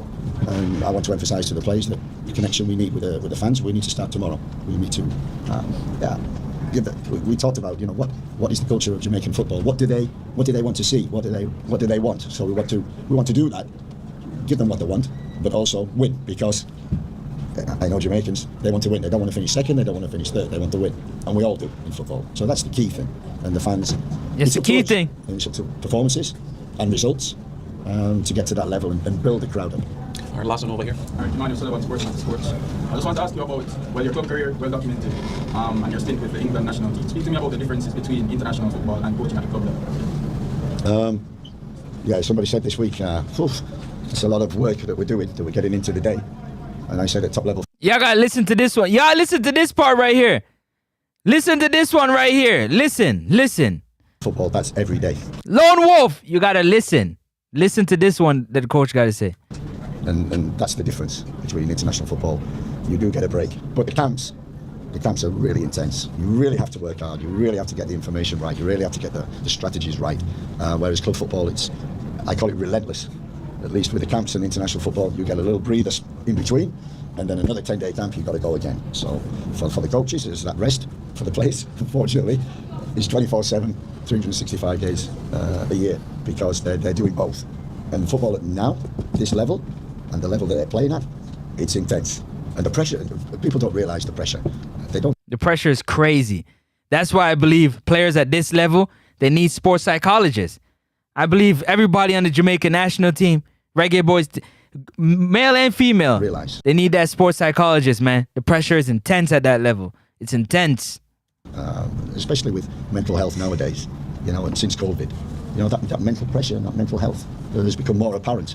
And people are coming out and realising that, you can't hide in the shadows with the pressure and the stress and the anxiety. And I know it's taboo for Jamaica to say you need a psychology, you need a shrink. They making millions of dollars. You'll never touch M's in your life to know what that pressure is like. To have to deal with millions of dollars and the pressure that comes with it. It's nama. Anxiety and no support. Nama. become 1,000 years and people can't handle it, much less multi-millionaire have to deal with all that. You have to come out and talk about it. And I think modern society is providing that. So I had it for 2 years. Manchester United, it was relentless. Every day, travel 60, 65 games in the year, travel to Europe, back next game 3 days later, preparing for that. And the preparation, the detail, it's intense. So at the moment, I'm enjoying this camp. It's back to where I'll get a breather. They carry that under pressure, and then in another few weeks we meet again. Thank you very much, members. All right, that's part one. Let's keep it rolling. 55 days, people. 55 days and 10 hours till the next World Cup qualifiers, man. 55 days and 10 hours, 16 minutes before we get to that next one. Okay? Because I'm not done. I'm kind of tired of... I like when I talk football, I don't talk football off of emotions. I talk football off of knowledge. Yeah? What I see, what I know. So we're gonna dive into it, man. We're gonna dive super deep into the... Here we go. Beautiful. Press conference, Jamaica. Yes, load it up for me. We're going to next. So I'm gonna read some questions, then I'm gonna get right back into it. Get right back into the video. I agree. It's one of the weakest the ability to switch plays to the open man and areas. Yes, it is. Yes, it is. One-time football guru. Yes, it is. Yes, it is. Now, I'm not dropping those symbols. Stop it, RR. Jamaicans don't really understand playing for your teammates and the fans. They easily distracted by their personal action. One-time football guru. Jesus, have mercy in the building. Man, dropping them. You know what? Stop worrying about the fans. Win, and the fans will support you. Ha ha ha ha ha. SCM security system. One-time security system. SCM. Up top. Up top.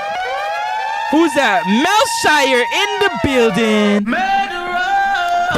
Up top. Yeah, man. Bless up on herself. Up top. Up. Forever.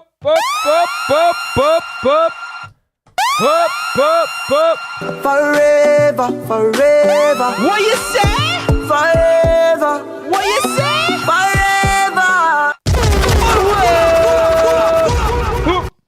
Let's keep it rolling, man. Let's keep it rolling. We gotta keep it rolling.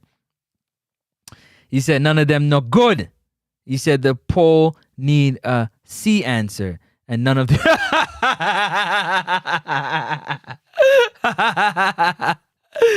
Yo, I love it. Melshire Walker, serious business. We not playing around. We letting listen.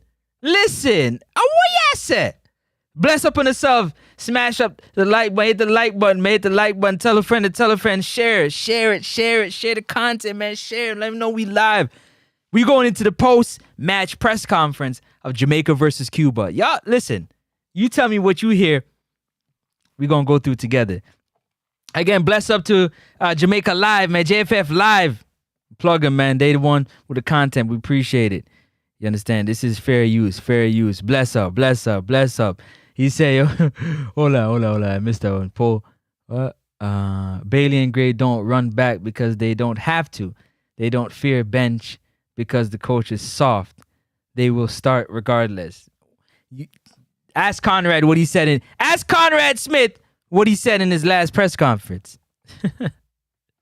55 days and 10 hours and 12 minutes until the Reggae Boys take the field again for their round of World Cup qualifiers. Yeah? All right, let's get back to it. We're not wasting no time. We got ways to go.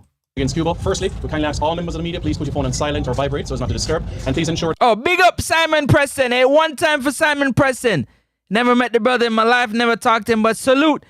Yeah, I love what you're doing. You're doing a great job. Making sure, you know what I'm saying? You could let the media talk a little bit more, but you know what you got to do, man. I ain't going to tell you what you got to do, but yo, big up yourself, man. I love the knowledge encyclopedia. Young fella getting it. Love it. Let's roll. That somebody that is nearest to the door to please close it so that we have the best quality of audio for this press conference. So we have with us the head coach of the Jamaica senior men's national team, Steve McLaren, and also midfielder Casey Palmer. We're going to start with some opening remarks. This one is spicy. This press conference is spicy. Let's get going. Remarks from head coach McLaren, and then we can open the floor for questions from members of the media. So coach, your remarks, your first game on Jamaican soil. I thought the fans were fantastic. Great atmosphere before the game, a great atmosphere during. They stayed with us, and it was great to see so many numbers. And yeah, we need. What a good black actor say in one of the movie. He has more excuses than a ninja. We need to see that again. The game, tough result. For who? For Simon. Hold on. Boss one time for Simon. Simon.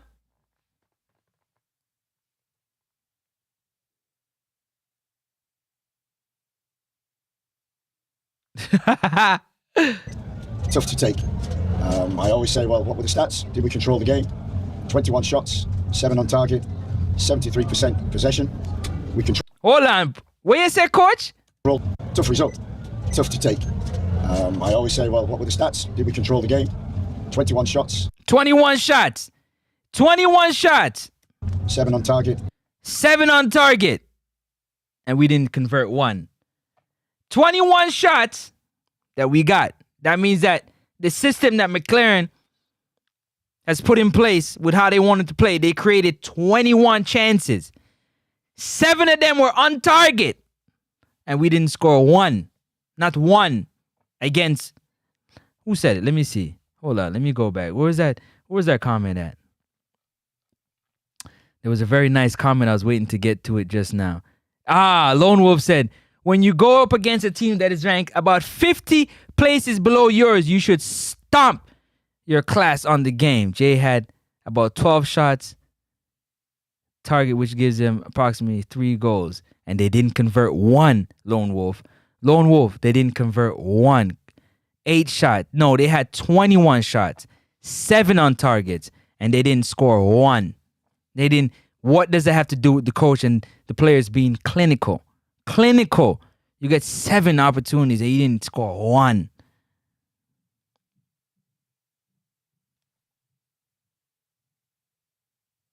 All right, let's keep going, coach. 73% possession. 73% possession. We control the game, and if we do them stats in every game, hell, we'll win more than we lose. Casey's like, yeah, you damn right about you right about that, boy. Yeah, we'll win more games than we lose. You right about that, fam. I couldn't fault the boys' their attitude. We controlled it. We wanted to play football. We switched to play. We probed.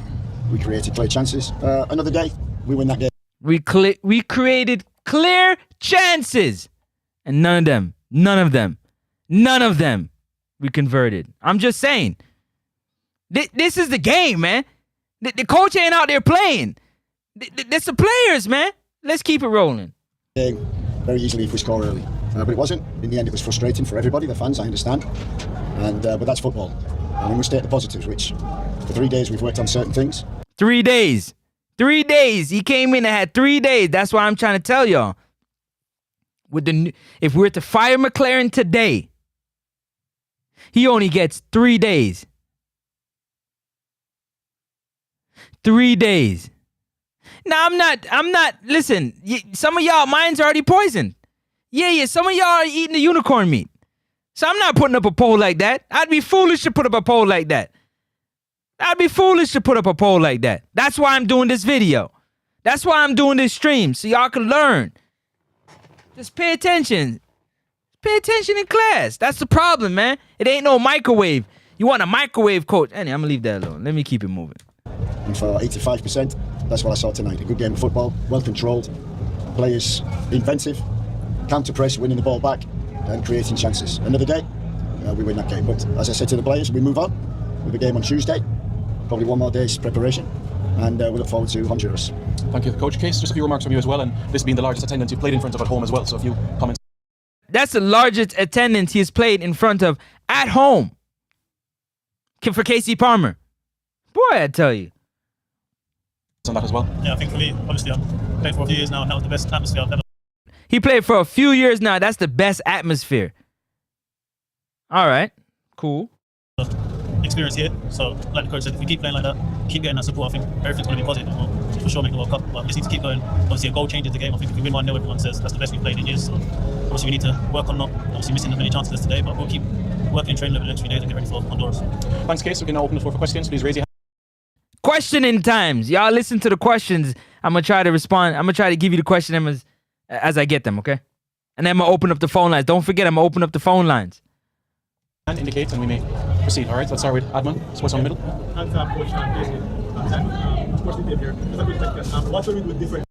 Yeah, the best talent is the players. He has gone for the best talent. The best talent is the coach. It's not the coach, it's the players. The players got to play. I don't care how good your coach is. If your players can't play, it don't make no difference. It don't. You need players. You need players. Lone Wolf, you need players, man. They got to play. You can't win without talent, man. I don't care how good your coach is.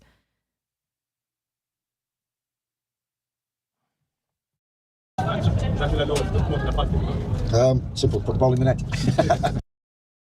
How do we win this game? Put the ball in the net. You know what he said? Just put the ball in the net. They're not scoring. They're not scoring. Any follow-up, Adman? The follow-up is that put the ball in the net is one thing, but I noticed that we have a tough front line in terms of forward, but the midfield in terms of creativity. Yeah, and that's the best of what we have, apparently. Allegedly, that's the best of what we have. So, tell me what's the next response? Not being able to pull apart the team. I mean, Cuba is 167 were Bossa Blanc for that one. 59 and with 10 men, 45 minutes, not able to actually unlock them. So how are we going to fix that problem? Yeah, that was disappointing, obviously. I thought that midfield were very inventive. I thought Casey was excellent. Bobby Reid in there. Latty was making sure that they could go and play. And that was the plan, and they did it and created chances. You can do no more in football than create chances. Sometimes I've played in games, not had that possession, had one shot and won the game. One shot. There's been in games where you only get one opportunity, but you got to be clinical. You got to be You got to be clinical. You have to be clinical. You got to finish your breakfast. You got to finish your food. We got to finish your food. 21 chances. 21 shots, 7 on target, and no.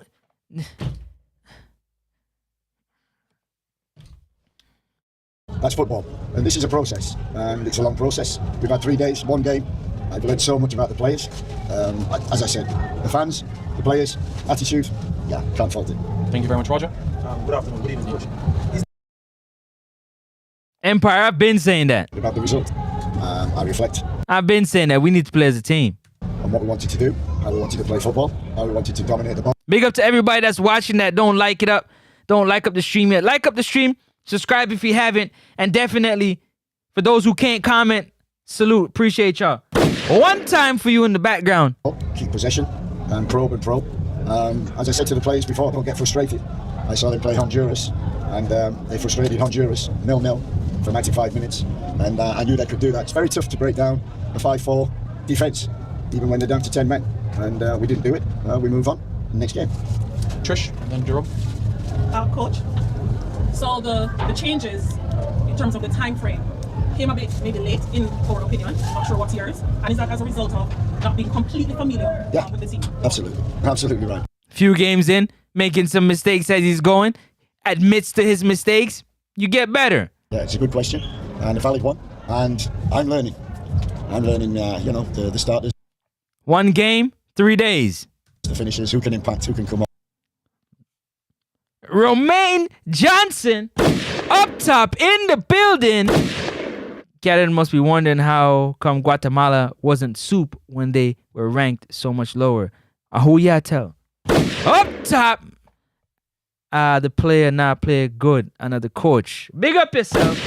But I'm going through this so y'all can understand what's going on, man. Because, you see, you got to learn for yourself. You can't hear you hear everybody talk. You hear too much. You got to think for yourself. So I'm giving you the information. You can think for yourself. Come on. And, we make... Or you can make somebody else think for you if you want.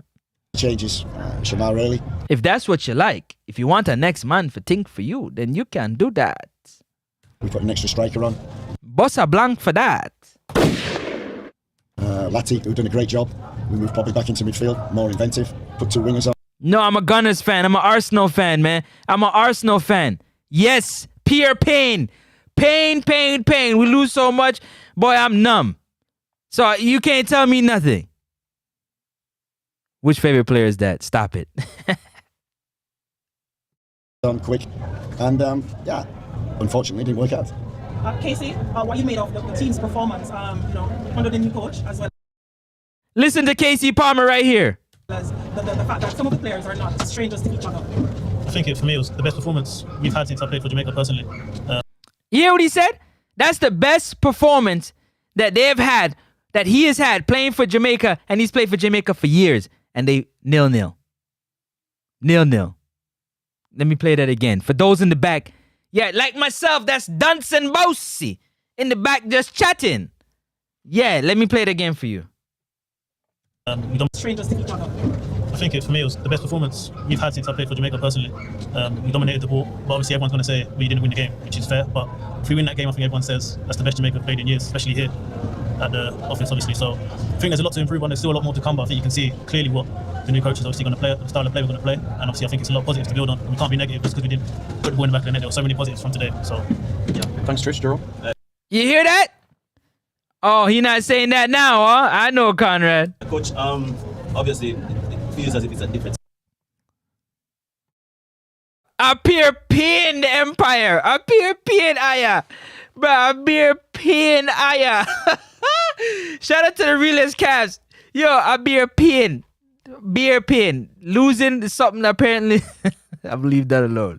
Style of play that has been implemented in terms of keeping possession more and trying to unlock defense, being a little bit more patient, etc. Do you believe that we're a little bit,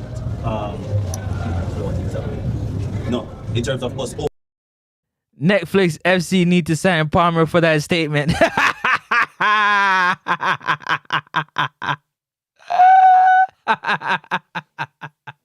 Let's keep rolling, man. We got a long. We ain't even get nowhere yet. Overplaying, we didn't try to score that perfect. No, I don't think so. I think we did everything. We made corner runs, got to the byline, pulled the ball back, had crossings, balls into the box. We filled it, we had chances. The process, and we did exactly what the game plan was set out to do. The players executed it very well. As you say, we just didn't stick the ball in the back of the net. We just didn't get the end product, which is sometimes what you get. Yes, you said that arguably this is probably the best performance since you're wearing the shirt. How does it feel now to know that you're getting closer and closer to what you probably want to accomplish in terms of playing for the boys and Yeah, I think obviously the old coach done really well. Obviously with the new coach, we've got a different style of play, which probably suits me more to get on the ball, create chances for the full. All right, see, yo, I'm really that guy in real life. I keep telling y'all, I said, if Casey Palmer can just work on his passing, if Casey just work on his short passing, his long passing, his accurate passing, he'll be deadly in this system. In this system, the way that McLaren wants somebody to take the ball, be confident with the ball, make plays, make things happen. Like, make things happen. He's the perfect player for this system because he's creative. He has that finesse game. He doesn't have that force game. He has a finesse game to him. The perfect time for Casey Palmer to improve his game if he can work on his passing. And he just said it right there. It's a perfect system for him, but he has been failing in it. He hasn't been playing well in it. Let's be honest. Let's be very honest. Let's be very honest. Ravel wants to play 6.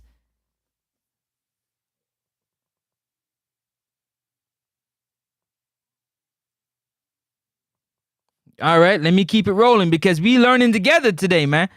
This is why I do it, man. Big shout out to JFF for the, the post. Yeah, let's roll. Run it back, Casey.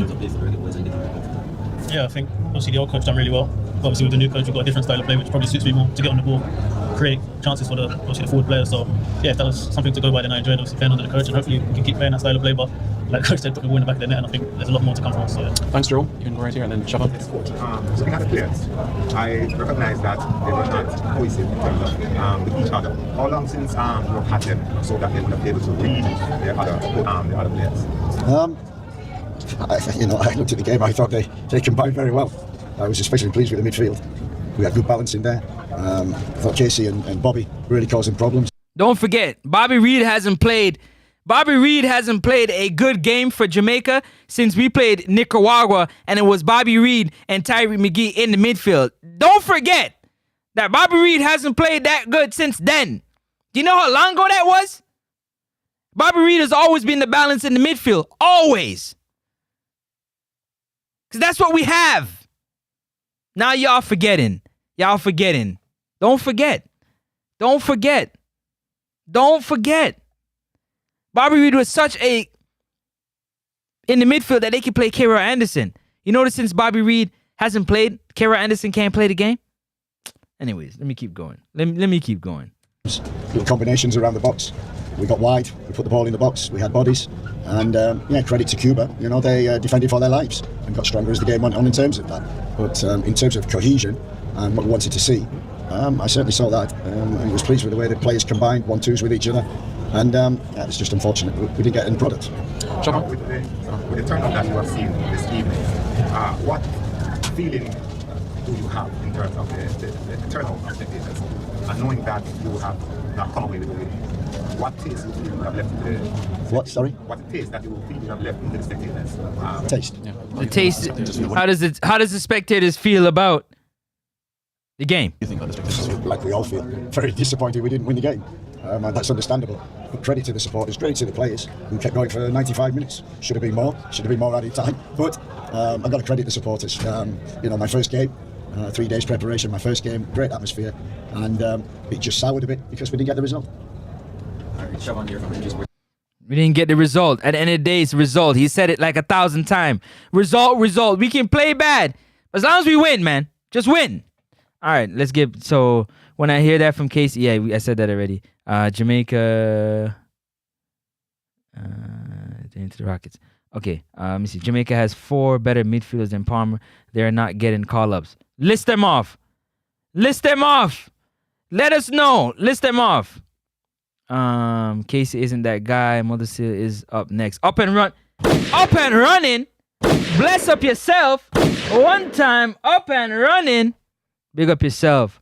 Let me see. I just don't want to get behind. He still is the best we got. One Bobby. It would seem that way, wouldn't it? Oh, Netflix title JFF, The Pirates of the Caribbean. You're terrible. Yo, I'm telling you. RR is so messy. Brother Messi. This is the same Palmer where kicked down the Nigerian player when the Nigerian outclassed him. Yeah, the same one. The same Palmer. Simon working out a lot now. Oh. You're terrible. Stop it. Bobby is our only player that plays number 10 that scores and assists more than Casey and McGee, who plays 50-plus minutes games and has only 1 goal. Yep, if you're going according to the stats, but you see a lot of players impact the game where stats don't tell the story. Let's keep rolling. Despite the result today, was there any positive that you took from the game? Yeah, 21 shots, 7 on target, dominated the game, 73%. And I was particularly pleased with the first half when it was 11-11. As soon as you go to 10 men, you've got a cause and you just defend the box and defend the goal, which they did and did it admirably. But I was especially in the first half when it was 11-11, very pleased with the combinations through the middle, through the wide, keeping the ball, centre-back stepping in, switching the play, and create.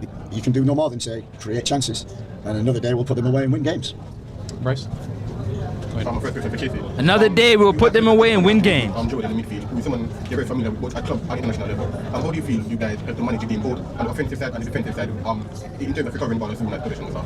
Good question, yeah. Obviously me and Joe played at club for a few years and I played in that Swansea as well, so Joe knows what I'm good at, I know what he's good at, so I think the balance is always quite good because we know what each other wants. He knows when I want the ball without obviously me calling for it. I know he's always going to be there if we lose the ball. So I think you guys hear that? He's talking about him and Joel. The balance is always going to be good between him and Joel because Joel knows how he plays. And I said this, I think these players, they don't know where each other wants the ball.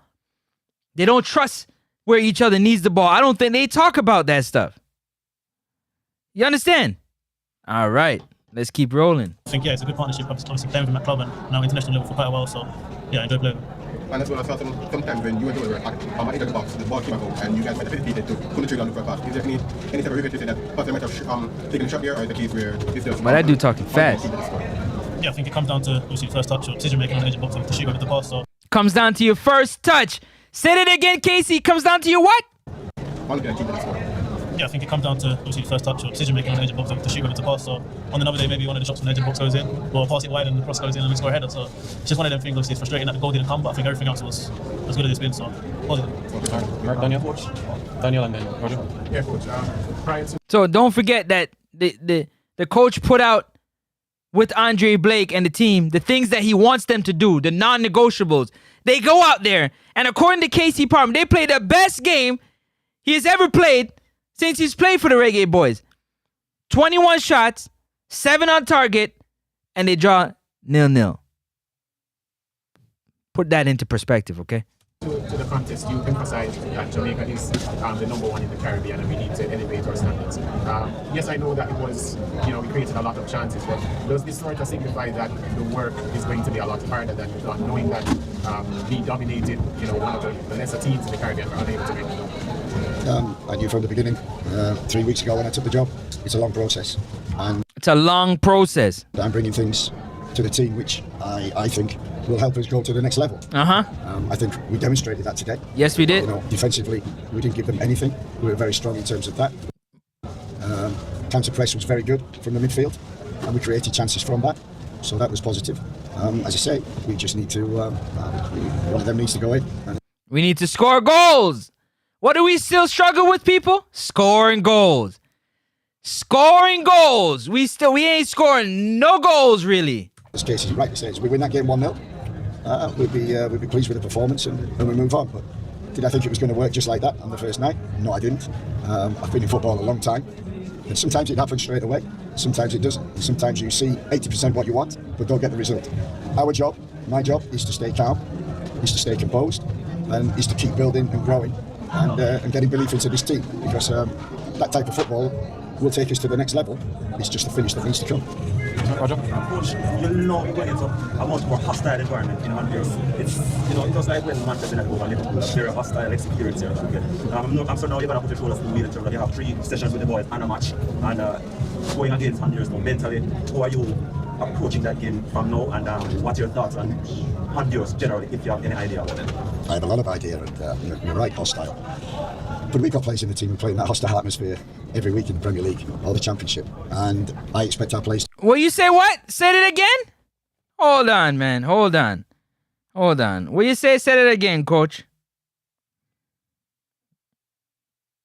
One more time. To deal with that, playing that hostile atmosphere. I have a lot of idea, and you're right, hostile. But we've got players in the team who play in that hostile atmosphere. Yes, we do. In the Premier League or the Championship. Premier League. And or the I expect Championship. our players to deal with that. Yeah. I expect them to play with composure. Yeah. It will be a tough game. Yeah. But every game we have, every training session that I have, yeah. I'm learning more and more about the players and what is required. And so I always thought the first camp is a fact finding. I've seen the players, but I'm working with them. What are they capable of doing? And what I've seen, I really like. And we'll go forward from that. Honduras, for me, is a great game. It's a great game for the players. This is what they thrive on. They're playing in the Championship, the Premier League in the UK. Calling them. This is what you guys live for. Come on, pick it up. They have this every week, so I expect them to deal with it, handle it, and perform well. Sorry, Eddie? Going up against Honduras, a much tougher opponent, and they will keep the ball a lot better. Based on today's result, our performance, how confident are you going into that match? Yeah, as I said, the more I train with them, the more I play games, the faster I learn. And so Honduras on Tuesday, it's a great game for us, a great test. And again, it's part of the process. And I think it's a journey. It's going to be a long journey. 55 days until World Cup qualifiers. 55 days, 9 hours. So that we're capable of 48 minutes. But in the meantime, we also need to stay number one in the Caribbean. And as you rightly say, to win games like we should tonight. We didn't. We move on. Make sure on Tuesday we're ready. All right, we can take 2 more questions. Go ahead, Bryce. Both of these questions. Katie, as a player on the pitch, you had I'm a teammate yourself as maybe a teammate. You're sleeping in very crucial moments. You see where the Demari Gray scoring shot as well as not really taking a corner. Do you think perhaps the state of the field might have had played a role in the team not getting that clinical goal? All right, let's move on from that one because that's pretty much done right there. We gonna load up. You not learning nothing. All right. All right. All right. That's in the words of the great Conrad Smith. All right. All right. We listening. All right. I'm just listening. I'm getting somewhere. I know where I'm. Ooh, yes. Yes. Is this it? Yeah. Uh-huh. Yeah, this is the one. Hold on, wait. Let me make sure. Uh,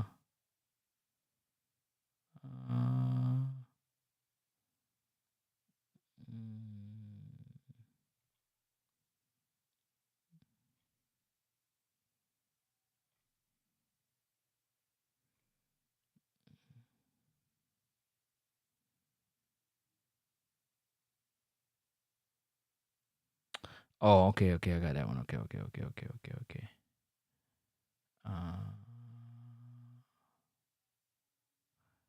Okay, cool. Oh, hello, Mr. Vet. Hit the like button, like up the video, share the video. Yeah, we are learning something. You just want to be tough at. Don't be tough at. Don't be. Come on, man. You know what they say? Hard head makes for what, man? Come on, man. We've been hard headed enough. When we gonna start listening? No, we're not gonna listen. All right. I hope this one make you listen. Let me see something here.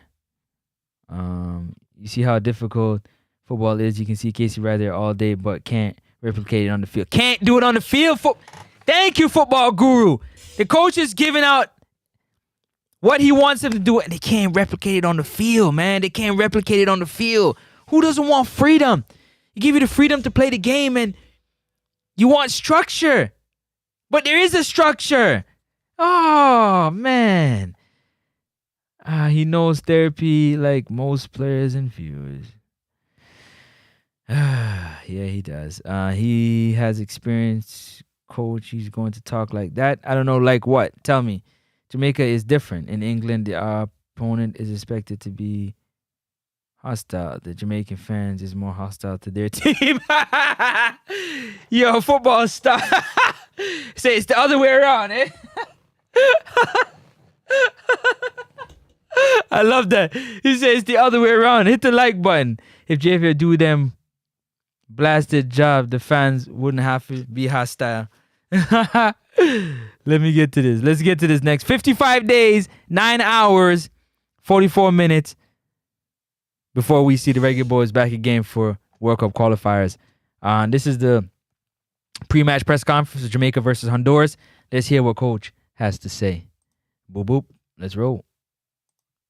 Against French Guiana. All games 8 o'clock Jamaican time tomorrow. Before opening the floor for Big shout out to JFF Live and Simon Preston. Big up yourself. questions, let me introduce those that we have at our head table. To my immediate right, head coach of Jamaica Senior Men's National Team, Coach Steve McLaren, and to his right, Demarai Gray. This one gonna blow. If this one don't get y'all, I don't know what will. Before we open for questions, I just wanted to point out from Demarai Gray's standpoint, his home debut was a year ago against the same opposition that we'll have tomorrow. So just a few remarks from Demi in relation to 1 year since his home debut and about 18 months as an international for Jamaica. Just your reactions to that, Demi, and settling into the national setup right now.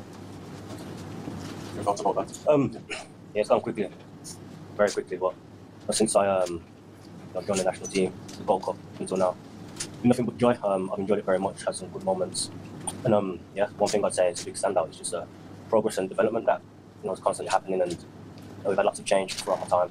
It's all been positive change, and yeah, like I said, I'm happy to be a part of this group, and obviously focused on this competition, tomorrow's game, but I'm looking very much forward to the future as well, because I think the future is very, very bright. Thanks very much, Demi. So now we can be able to open the floor for questions. Please raise your hand, indicate, and let us know if your question is towards Coach McLaren or to Demarai Gray. So who would like to begin this afternoon? All right, do you want to kick us off?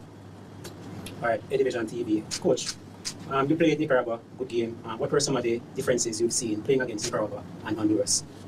Well, the one we played on artificial surface, which was so different. Yeah, we really enjoyed the trip in the end to Honduras. Good facilities, nice field to play on, and a very tough opponent. Was not easy, but the resilience the players showed on that night was tremendous. To go goal up, concede a minute later, but then to get the winning goal and then to defend for our lives to get the 3 points. It was, I would say there was quite a bit of pressure on the players and the staff and management at that time to win the game, and we did. But we know how tough it is against Honduras, so tomorrow's game will not be easy. Follow up to that, Question for Demi. New coach, you guys seem to be adapting. And I know everybody has a problem with the coach giving the team props, but that's what you do. It's a coaching fraternity. You give the team props. The team is good. The team's just good. Stop being haters. Stop being a hater. Stop being a hater. You can't fight and car everything. It's not the time for it. Let's cut it out. Well, to the tactics and so on. But what were some of the major differences between Coach Mac and the previous coach? I think every coach What's the difference between Coach McLaren and the previous coaches? Let's go. has their different ways and styles, and not us as players, we don't select our coach, so we almost have to adapt to whatever coach we have and the environment that's created. But since the coach has come in now, the main and one of the most important things is having a Big up Jay in the building. One time for Jay. What me say? A Jay that? Jay, big up yourself. Big up yourself every time. What me say? I'm feeling nice. Big up yourself. What? One J. Big up yourself, Jay. Appreciate the comment. Appreciate you being here. Don't forget to hit the like button and the subscribe button if you haven't, okay? We got more content coming your way. Jay says coach seems clueless in most press conferences. Says a lot of nothing when answers questions. The worst part, aren't allowed to follow up questions nor call out the coach. You can call out the coach. He answered so far to me. I don't know about y'all, but to me, he's answered all the questions. He's answered all the questions. You tell me a question so far that you've heard that I've played tonight that he hasn't answered. Now wait. The subject is boring. I know. But you know what? He said the subject is boring, but cement my view that words are useless and actions are more important. A lot of people, an analysis can sound... What? A lot of people, an analysis can sound as any coach. Yeah, there you go. A positive environment, and, having that relationship with all the staff, and yeah, it's also a culture change for the coach as well, and I think the coach has adapted very well. All the boys are on side, all the boys are happy, and like I said, I enjoy coming to these camps because it's a great place to be, a great environment to be, and representing the country. So that's the off-the-pitch stuff. I think the on-field stuff is it's nothing too complicated. It's just the basic things and being disciplined in our shape, and we have a lot of creative players in the team to make a difference up top. So once you a lot of creative players in the team, so if we keep our shape, okay. Build a good core and foundation. And, build a good core. The way the coach wants us to play and the style he wants to implement. It's yeah. Feel quite free when you're playing, and so far we've been successful. And like I said, tomorrow's going to be a difficult game. So far we've been like he's hoping that it's not going to be successful. And we're a very confident group, and yeah, I think tomorrow we can get the points as long as we do things properly. It's so easy. So you see all them things happening as long as we defend properly and we do this and we do that. Yeah, I'm hearing you, Damari. I'm hearing you. It look like they know what they're doing. What? They look like they know what they're doing. The past overseas coaching.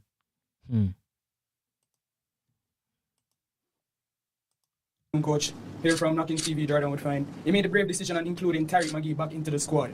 Should we look, I want to know what you think of his performance last match, and should we look on any other players that you're going to reintroduce back into the fold? We're always looking, we're always searching. And as I say, it's only our second camp. We're always looking, we're always searching. Never stop saying we're always looking, we're always searching for players. The first one was, more or less, we picked the same squad that was for Copa. And then in the meantime, we've had a look around. We're searching the world for good players. Quite a few playing in the US and MLS, but USL. So we had a look at that. We've got Meron, who knows every player for the last 10 years, youth players coming through. So that's a help. And maybe we're looking for a different type of player. And like we said, all the players who come into the squad, you've got a great opportunity. The key thing we're looking for a different type of player, but everybody got an opportunity. That's Coach McLaren. Is that they stay in the room. That means they train well, perform well when called upon, play well, be successful, keep fit, keep playing well for the club, and you'll get an opportunity. So I'm delighted fit. The way that it's gone. Ooh, believe you me, we're still miles away. We're still miles away from our goal. While you, the media, and you, the fans, feel like we're right here, right now. We're there. The coach is like, we're miles away. Okay. From where it should be and what I want it to be. But I think, as Jimmy said, the understanding of the players has been tremendous. The spirit is the resilience. You can see it on the field. They have bad spells, but they get through it with fight and spirit. And then they've got the quality, I think.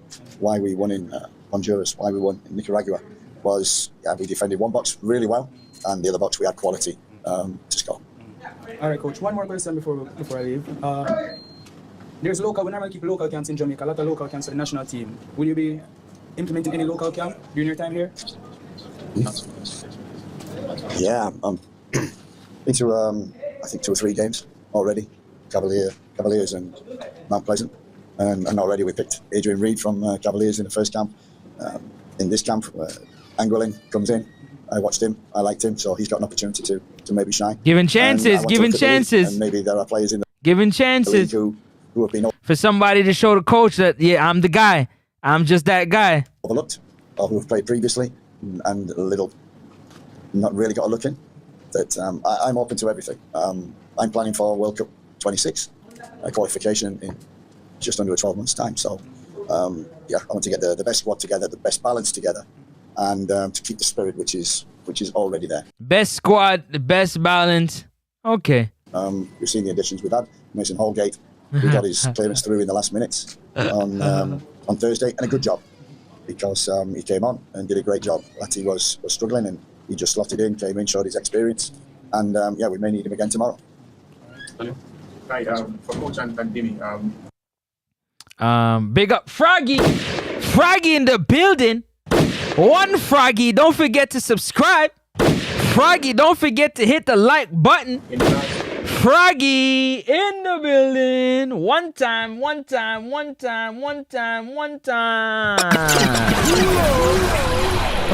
Froggy.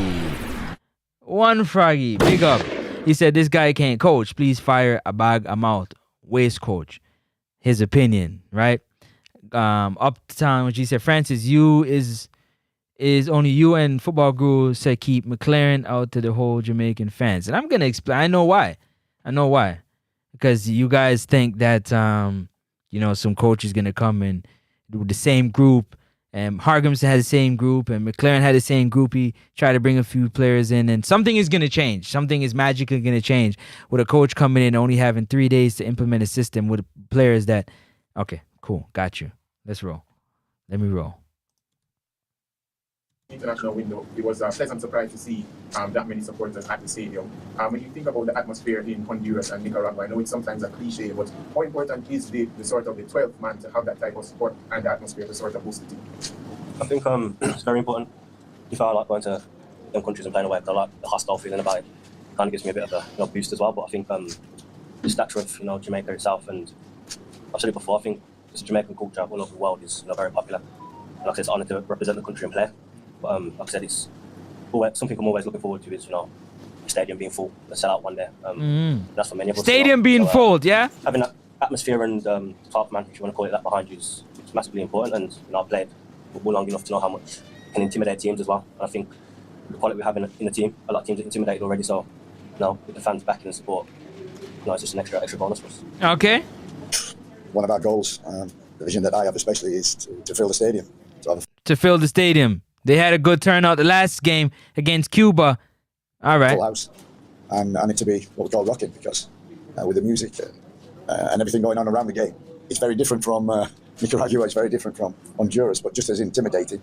And I think it's not about intimidation, it's about uplifting the home players. That's what a home advantage is, to lift you above the opponent, to give you extra 10-20% to deliver the result. So we need the fans.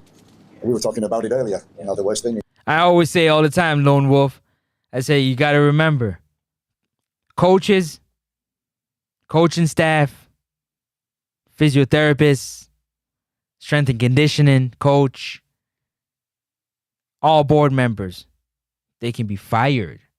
But players, they can never be fired. Players get moved around. So it's easy to pick on the ones that can be fired. What about the ones that hold the cards in their hand? Yeah, them. Okay.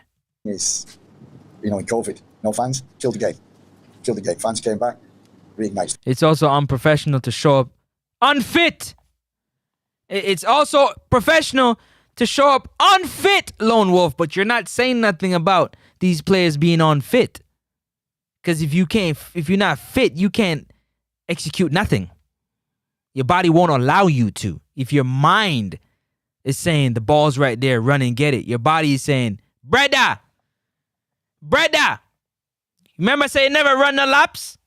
You never did no wind sprints, brother. Which run for which ball? Not happening. Shut down. And they walk instead. They don't run. They don't run. They walk. All right. Zayon, big up yourself. One Zayon. I want to hear that from the president or the coach. Otherwise, man, don't want to hear it. But big up yourself. Yeah, man. Up. Let's get back to the business at hand. The game, and that's what we want the supporters to do tomorrow. Yeah, and just one more. In terms of, you obviously go in every game to win, knowing the position in the table. Does that affect your approach in a sense compared to when we were first here against Cuba and it felt like, we had to get that goal and get that 3 points? We've told the team, look, we started with a disappointing draw. We should win. But we've put ourselves in a position to finish top of the group. So finish the job. That's what we say. It's like the last 5 minutes, you're 1-0 up, 2-1 up. Finish the job. That's the message to the players. And to finish the job, we need to win the game. That's, for me, the most important. You play at home, you're playing in front of supporters, so you're playing for them. You're playing, and not to entertain, but to perform standards, have a good game, win, and as I say, finish the job. I'll keep repeating. Oh, the coach is looking for big game performers. The coach is looking for big game performers. Which one of these players want to perform big and be a big game performer? The coach is looking for big game performers. Do you guys know any big game performers? Coach McLaren is looking for big game performers. Yes, coach, just want to find out basically the experience playing against this Honduras team before what you expect from them come tomorrow. And just give me an idea how you plan to deal with the Honduras. Yeah, I think I'd be interested in his opinion on what it was like to play against them. I wasn't very comfortable on the bench, I know that. No, it's obviously my first game here was against them, and I think the last camp we played them was very difficult. They have a lot of quality. Listen to Dimmy talk about the team, because you guys think the players are not talking like the coach. Listen to Dimmy. Listen to Dimmy.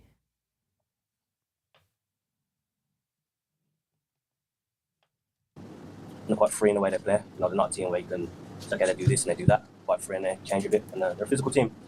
So I think, as a team, we're well aware of the threats they have, and that's for us to, control that and maintain it. But like I said, we're aware, but we focus on what we need to do best, and I think as long as we do that, we should win the game. Should be fine. I'm looking at a year ago, and when I got the job with Jamaica, that's the first game I looked at was the Honduras game.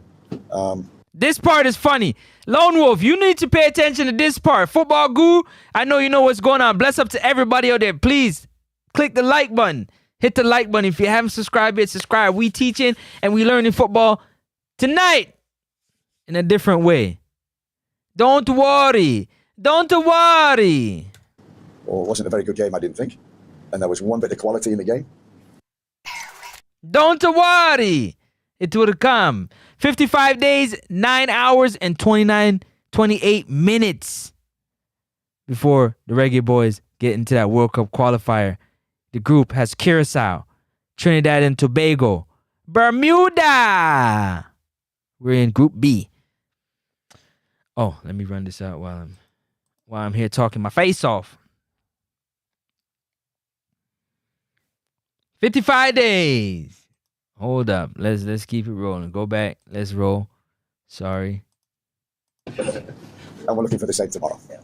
Talk about See that? Hold up. your quality. This part's funny. Well, it wasn't a very good game, I didn't think. And there was one bit of quality. The game wasn't good at all. The game they had against Honduras but there was one bit of quality in the game. And that quality is from who? The coach is looking at you like, yo, you played well in that game. Like, we need that. Like yeah, we need that. You think you can do that? Look at his smile. Look at his smile on his face. Look at his smile. The coach is begging. Like, we need some quality. We need some big game players. Is that you? You had a great game. Can you do it again? That's what the coach said. Not me. Let me play it again. Well, it wasn't a very good game, I didn't think. And there was one bit of quality in the game. And we're looking for the same tomorrow. And we're looking for the same tomorrow. Talk about your quality, Dime. Not as hot as when you just came into the team. Still playing consistent well though. I think you'll be able to get back in that form. I think there's a reason why there has been a small dip, not a major bit, a small dip in your form. Yeah, I think for all attackers, especially wingers, it does get like that. You have a bit great patches and patches where you haven't scored as much, and I think it's just I've been resilient and trying to find that form again, and every time I get the opportunity to play, especially here, just to do what I know I can do. You hear what he said? He said sometimes you have these dips. As a player, you have these dips. You go up and you go... Bro, at this level, you want to be consistent. That's what makes you great, is your consistency. Listen to it again. Find that form again, and every time I get the opportunity to play as much, and it does get like that. I think for all attackers, especially wingers, it does get like that. You have a bit great patches and patches where you haven't scored as much, and I think it's just I've been resilient and trying to find that form again, and every time I get the opportunity to play, especially here, just to do what I know I can do. I've shown quality numerous times, and my job is to create goals and score goals, and I go out every game with that mentality. And if I don't, even if we win, I still have that inner disappointment because it's about improving every time. Lone Wolf, I'm going to answer your question. It says, next up, I am glad you touched that topic. I was waiting on you to go there. Please give us your reasoning for dismantling the Unity Cup team. The reasonings, I believe, I don't know for sure, but it has something to do with the powers that be and nothing to do with the coach. 100%. That's what I believe. So the reasoning there is will always fall back on the coach, because everybody knows a coach should be picking their team. A coach should be doing this, doing that. That's not always the same with every organization. So just know that part, though. Like that part, you got to know that part, yeah? All right, bet. Let's keep it rolling. My job is to help the team, and I'm always looking to play at my highest level, and just help the team. And I'm pretty sure, let's say tomorrow, I'll bring the form back. One more for you, coach. The passing game has been coming along well. Hopefully tomorrow he'll bring the form back. So he ain't on form sitting at that table right there. Damari Gray is not on form. Sitting right there at that table. He's telling you right there that he's not on form, sitting right there at that table. All right, bet. Let's keep rolling. And even in the away game we have seen it. Can we expect to see a full dominant performance tomorrow against this Honduras team? It's very difficult because I count the amount of sessions that we've had and the information that we give to the players. Credit that the team is where they are at the moment. I think the first message from day one was be brave, be take brave, the ball and deal with the ball. Be brave, take the ball, deal with the ball. He said it again. Looking for some big game players to take the ball and deal with the ball. Okay. And that is still the message now, and that's what I've been impressed with. We make mistakes, we have errors, we don't do it very well sometimes, but we're growing. We're not there yet.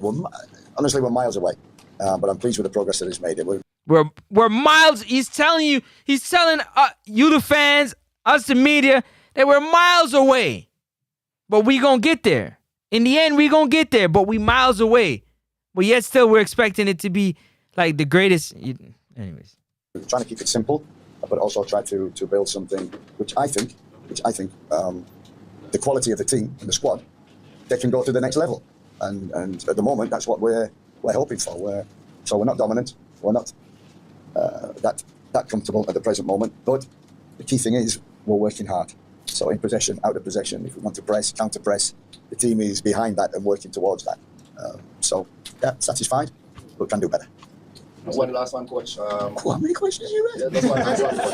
Address this one because I came in late. Will we see Terry from the start tomorrow? You'll see tomorrow. Yes, go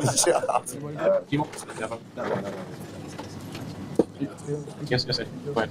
Coach, you've given Mace a whole game his debut for Jamaica. But where do you see him playing? He said, coach. Centre back, right back, or as a six? What a good question. I've seen him play right back, I've seen him play centre back, I've seen him play midfield. And I think in a squad, when we talk about balance, you have specialists. Yeah, talk to me, coach. This is where I'm leaving it right here. I've seen him play centre back, I've seen him play midfield. And I think in a squad, when we talk about balance, you have specialists. Again, one more time, look at Damari Gray and said, Damari, teams have specialists. And I got one right here beside me. Right wing, left wing, he's a specialist. He's one-on-one, he creates his goals. That's what he's got to do. And you have others, like we have Lati at the present moment, not playing centre-back. I've seen him playing centre-back for his club, right back for his club. And number 6, he's playing number 6 for us and doing a great job. So players have to be adaptable, gives them an advantage. They got to be adaptable. They got to be versatile in their game. And some have to be specialists, but then they have to deliver. Some got to be specialists, but they got to deliver. Damari, you got to deliver. How much of y'all think that Damari has delivered? Talk to me and let me know how much of y'all think Damari has delivered. Okay. Thank you. What do you play anyway, though? Sports. My questions are to Timmy, and my other question to Coach. First, Damari, Coach, congratulations on well-deserved 3 points here. But for Damari, the first question is, for you and the other players who are new to the team, how was the environment and playing in that hostile environment of Nicaragua? Saw the missiles coming in. Go ahead. Yeah, like I said, I don't know why. For some reason, I love them atmospheres where. Patrick Riley, I agree with you. Every player has dip. I agree. Don't forget, smash that like button. Patrick Riley. One Patrick. Patrick in the building. Patrick. But don't forget, you can't dip for too long. Especially in these big game moments. These are big game moments. These are big game moments. Big game moments. You can't be dipping. You can't be disappearing. A bit hostile, and you get crowder against you. You might get a bit of abuse and stuff. I kind of thrive off it. It gives me, you want to show them what's what. But I think we've got a good balance in the team. Young and more experienced, and I think with that balance, if things get difficult, like I'm saying, every game we play, we have periods where we might be under a lot of pressure and we're defending our box. And as coach said, we've done it well. People put their body on the line. So I think the balance in the team helps a lot, and having that experience in the team. So I think that's a big positive for us, because I think it's it's very easy to go under in the moments. But so far we've kept the ball out in there and put our bodies on the line. And I think when we play, put their bodies on the line. These players are not putting their bodies on the line for nothing. You see, you, the fans, and some of the media believe that these players are going to kill off themselves for you, for your enjoyment. Let me talk to y'all for a second. Let me switch for a second, because I think this message needs... You think these players are going to risk millions of dollars for your enjoyment? So you can be happy? So you can wave the flag and say, yeah, Jamaica made it? You think that? Because you're fooling yourself. You think that player is going to slide in to get that ball? No, they're not. They're not.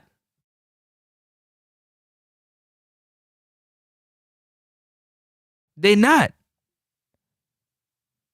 They are not. I have to show you the progression from when the coach came in. He's asked for things to be done. And every step of the way, he's asked for that same thing. Every step of the way, the coach has asked. Every step of the way, the coach has asked.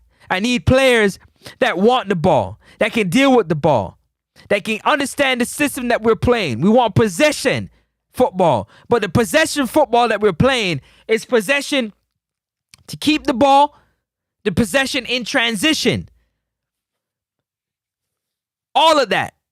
He's looking for players. He's giving them opportunity. He's not closing the door on no players and their opportunity, as long as they can show that they can do it.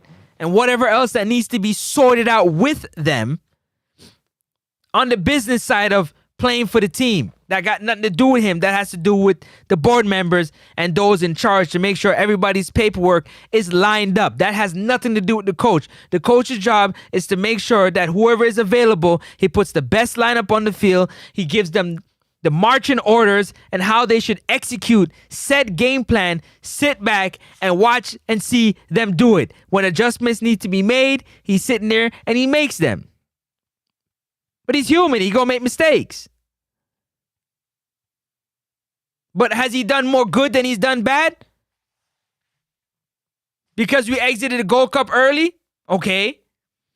The goal is still the World Cup qualifiers. He's still seeking to get the players that he wants to come in and play his style of football that he knows will be successful. So I don't understand. Usually when you go to school, you get 14 weeks. But you have some school that they do it in 7. They condense it. So you have a 3-week program in 3 days. You have to have players that are adept, that have IQ, that have ability to execute a 3-week plan in 3 days, guys. Ladies and gentlemen, Are you hearing me? Let me say it again. Because like myself, that's dunce and bossy. A lot of you are not listening. I'm not dunce and bossy. I said it again. I said it slow. You need players that are adept, that can understand. Their intelligence for the football is high. So when marching orders are given out, that is 3 weeks worth of information in 3 days. You need players that not only can play the game, but they can process that type of information and spit it out on the field and play. But not only play and do their job, but play together. It's not everybody that has that type of IQ. It's like you have somebody that can play the piano. A lot of people can play the piano really well, but they can't read music.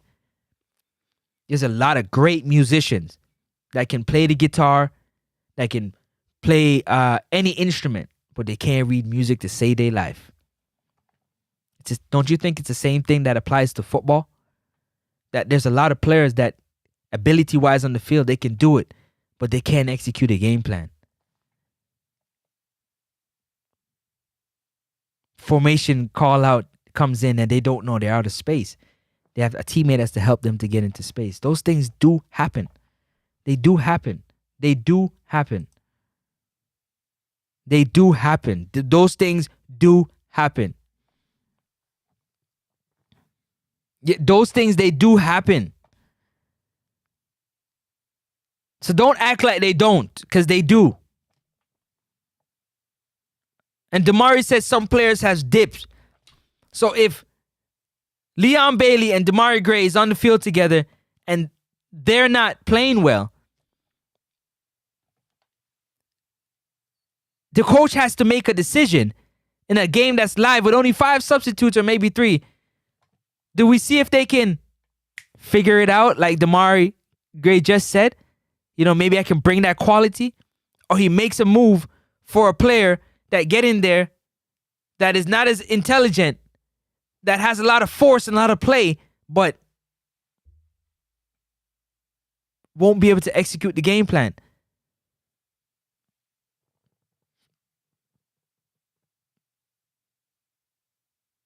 As a coach, automatically I have your respect. I'm the coach. It's non-negotiable when you go to school to have respect for your principal, your teacher, just like your boss. It's non-negotiable. It's non-negotiable for you to have respect for your boss. Non-negotiable. You might not like that dude. You might not like her, but you got to respect her. And if you don't respect her, you ain't going to have a job. Like, stop playing with it like it ain't something serious. It's no different like no other job. Fortune 500 company, you could be wiping the floor. You better have respect for your supervisor, for your team lead. Some of y'all be capping. Chat be a madness. Because that's the reality of it. You better have respect for your boss, your team. I don't care what job you got. All right, let me get back to it, man. And then I'm going to read some of your comments. Types of teams we play with, that's always going to be required. So it's kind of a basic for us, and it's how things will be. And the second question is our home game coming up tomorrow. There, and if you are aware, both coach and Simon knows for sure that in 1997, 96 coming up to 98, we had a 50 game undefeated in what we call this the office. I'm asking, are you aware of it?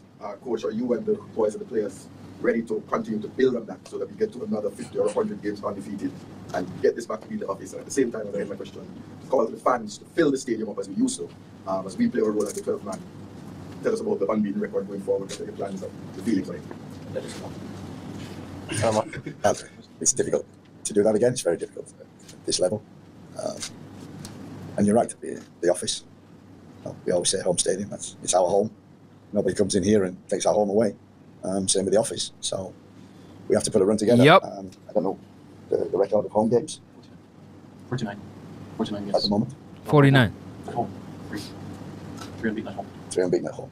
So we've got a long way to go before we get to 49, 50. You know what I'm saying? For me, long way. The next one is the most important. Yes, like what Paul said. It's a long distance to get to that number, but obviously that's an amazing record. But we can only look at game after game, you know, because each game is very difficult. And I think the more we progress, the more difficult the opponent. So there's always going to be a challenge here. But as coach said, this is our home, regardless. And anytime we play, especially here, the job is always to win. So if we get there, it'll be amazing. Joshua Angley has been added to the squad. Could you tell us, coach, what you have seen in that player, based on the domestic JPL league for Mount Pleasant? What have you seen in Joshua Angley that caught your eye? I watched a couple of games before the camp, Cavaliers, and against Arnott Gardens, and then I nipped over to see the second half of Mount Pleasant, and he really impressed me. I think he's showed some quality. Deal with the ball, and that's why I saw he could deal with the ball. And he was quite aggressive as well. So I remember saying to Maron, I like this player, and we had an opportunity with Damien Lowe being suspended that we could bring one in, and I said to him, "This is your opportunity. And got a couple of days training, and you're on the bench. Who knows? We might need you, so be ready and impact." So as I said, the squad is not closed. It's not for definite. There are opportunities for local players, and what I've seen already in the games, there's some quality. There's some quality, and there's some quality also in the US, in the UK, and around the world. Playing in Turkey, playing in Norway. We found Norman Campbell. So we're always. We found who? Oh, we found Norman Campbell.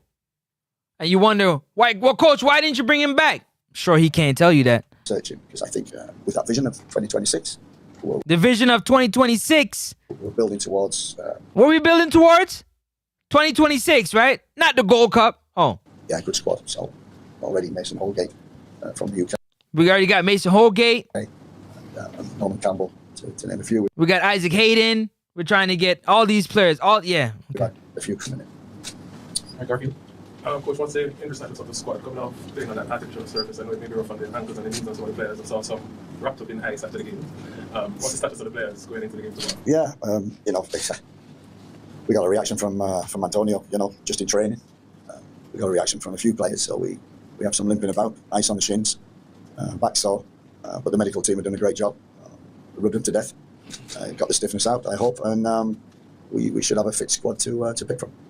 In terms of the team that was selected for the game on Thursday, I know you may have selected some based on the surface that we're playing on. Do we go back to the team that you originally had in mind come tomorrow now that we're back? I got to say that was the team I had in mind. Doesn't matter the surface they were. Say it again, coach. Tomorrow now that we're back. I got to say that was the team I had in mind. Who said that was the team I had in mind? Hold up. The team that you originally had in mind come tomorrow now that we're back. I got to say that was the team I had in mind. Doesn't matter the surface they were the team that I definitely had in mind. With Mcclaren dropping out was different substitutions, but that was the team I thought. That's the team to start, and I have one for tomorrow, and you'll find out tomorrow. Any other questions? Coach, Kyle Dixon, coach. I haven't seen much of Kyle Dixon since and he was one of our brightest. Kyle Dixon, you haven't seen much of him since you have taken over. He was one of the brightest spark prior to you coming. Any thoughts on Kyle Dixon? You haven't seen much of him. No, I love Kyle. And the best thing he did was to go to the UK. It's a good club. Yep. I know it well. Upgrade. And he had a funny summer. I think he didn't train. He was involved in Copa, and then had the rest, and then everything. And then Charlton, the move. That took a while to get a visa, so he's not training with the group. Took a while to get a visa, just like it's taking a while for some of these players to get in. Okay, their paper. Okay. So I don't think he trained with the group until 2 days before the start of the season. He's not played many games. He has to settle down in his environment, which is difficult. But I look like he will develop and grow. So whereas the progress was like that, it's plateaued. But his next stage will be good. So that's what we're looking forward to. So he unfit right now. David? Coach, King from Ballpree TV. Ballpree TV? Bossa Blanc for Ballpree. I'm sorry to ask you a personal question about the individual. What me say? Bossa Blanc for Ballpree TV. One king, bless up. Player. But are you surprised at the quality of Tariq McGee and seeing you playing him on the right? Where do you see him playing going forward? Where is his best position in your opinion? Yeah, he didn't do bad on the right. It was okay. He's a player who, same, like a specialist player. They win your football matches. You expect him to win the football match tomorrow.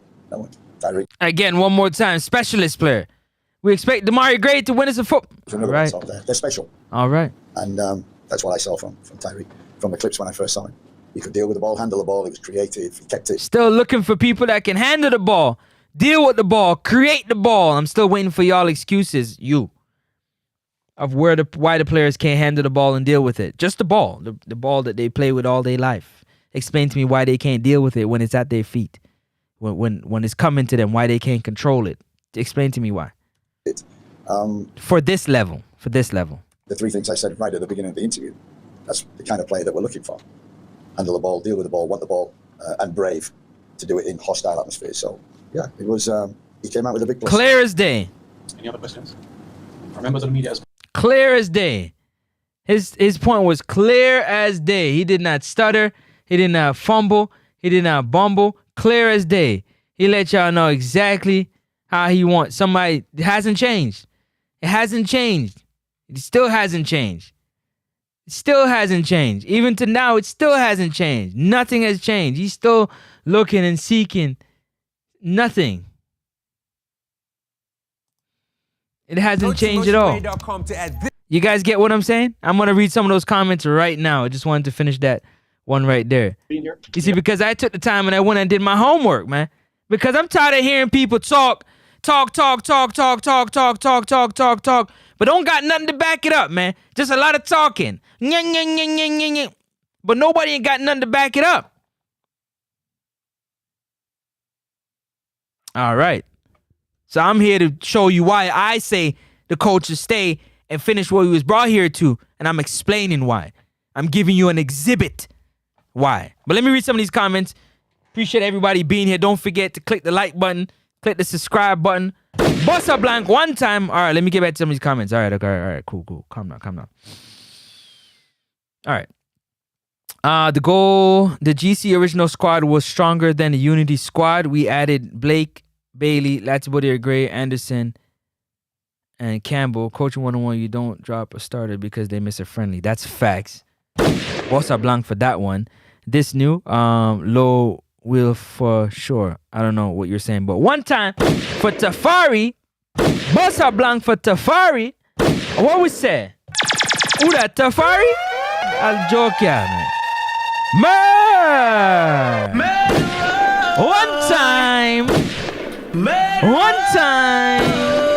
Up top. What we got now? Let me see. Uptown 1G said every national team plays with Hart Francis. Even Jimenez broke his finger. Yeah, but not everybody. You can't say everybody. Not everybody. You got contract situations. You're trying to find a club. You're trying to find a home. You're not trying to get hurt. It's the wrong time to get hurt. Get hurt after you get the contract. When you secure the bag, then you can get hurt. Yeah, but you got to get the money first. You can't get hurt and then seek the money. You got to get the money first. Just, I think Antonio's going through something like that too. Exactly, Francis. They are saving themselves for World Cup qualifiers. I can see it. I saw it before the Gold Cup and knew that many of them had club uncertainties and weren't going. They're not hurting themselves. Listen, you got to secure the bag first, get the money first, and then you can worry about getting hurt or whatnot. I'm going to open up the phone lines. Or should I? What time is it? Nah, I'm going to play this press conference first. The post-match. That was the pre-match, the post-match. And then I'm going to open the phone lines. But let me read these comments, though. When I went to school, I wanted to finish as quick as possible and did mostly 8 weeks course instead of 16 weeks. I'm telling you, I've done it too. I've done 14-week course in 7 weeks. Done it. So I know what listen, condensed. The work is it's condensed. It's more work every day. You don't have time to stretch out the work. It's every day you got to load. You got to get done. Let me see. So that's facts. Who's this? Cadeau Williams. Cadeau Williams in the building. Cadeau Williams, ENT. Bless up yourself. As a coach, you have to gain the respect that makes players want to run through a wall for you. The coach don't have that and the tactics not working. All right. So first of all, let me address, as a coach, you respect, you have respect. I'm the coach. I'm the one that's going to choose whether or not you play or not. So you got to show me what you got and have some respect, or you can go somewhere else. Be a part of somebody else's team. I don't want you on the squad. So throw that out the window. And in terms of running through a wall, well, I agree with you. You run through a wall for a coach that you really like, but you run through a wall for your teammates because you want to win with them and for them as well. So that should matter more than running through the wall for the coach. Run through the wall for the person next to you, the person playing behind you and in front of you. That's a good teammate. Tactics not working. The tactics, I think, is working. Again, the players get the ball at their feet and they can't work in tight spaces. They can't switch the field and make passes. They're dribbling into 3-4 guys. They're losing the ball in areas they're not supposed to. The awareness of where they're losing the ball and who's behind them and the turnovers and, getting in position and getting back. A lot of those things, Steve McLaren said they're miles away. They got talent, but they're miles away from playing together and playing with it. And he's still looking for those players that are big game players. They want the ball. They need the ball. They want to do something with the ball. He still hasn't found those players as yet. So that's sad if you say you're still looking for that and you got players on the team. If I'm on that team, I'm working on my game. I'm working on my game. Coach can't talk to me. I'm working on my game because I got to prove that I belong here. Like, I belong at this level. I can do it. I'm not just saying it. I can do it. So I think that's very important. Okay, cool. I answered that. Selection for both pool and started lineup. I think there's more that go into the selection pool and the started lineup that's out of the coach's hands, but I don't got full proof of that. This is just a theory I have. Maybe one day it will come out, maybe it won't, but so I'm gonna rock with that. I'm gonna stick with that thought for me. Doesn't matter how anybody puts it, Tafari, McLaren is not the man for the job. You still haven't proved how. You're just saying that. At least I'm proving why I think he should stay in the job. Prove to me why he hasn't. You haven't proven to me yet. That's just words. That's the difference. I come with proof. I do my homework and I come with proof. You might not like my proof, but it's my proof. Get yours. And I'll wait. And make sure you show your face when you're telling the people your proof so they can put a face to the words that are being said. Football gurus say you're in a different culture, Francis. I agree, but most Jamaicans don't believe their bosses and supervisors deserve basic respect. I know that. I've been told that every day. My mom tells me when I talk to her on the phone, she's telling me that every day. Like, yo, you grew up in a different time. You grew up somewhere where you can go to school with whatever hair you want. You do whatever you want. I did whatever I want. Like, I went to school and felt like leaving school. I left school. If I was skipping, I did what I did it. There was no, you got to be here to do this at a certain time and ray. No. So I understand. But at the same time, you got the diaspora, like myself, that grew up in a very Jamaican household, grew up going back and forth to Jamaica, even though you didn't do what you got to do on the island. You still got to mix and mingle with your family. And if you're an athlete, you still want to play. So there has to be a common ground. You got to learn what it is like to be a Jamaican on the rock and what it's like to be one in diaspora. There's a learning that goes for everybody.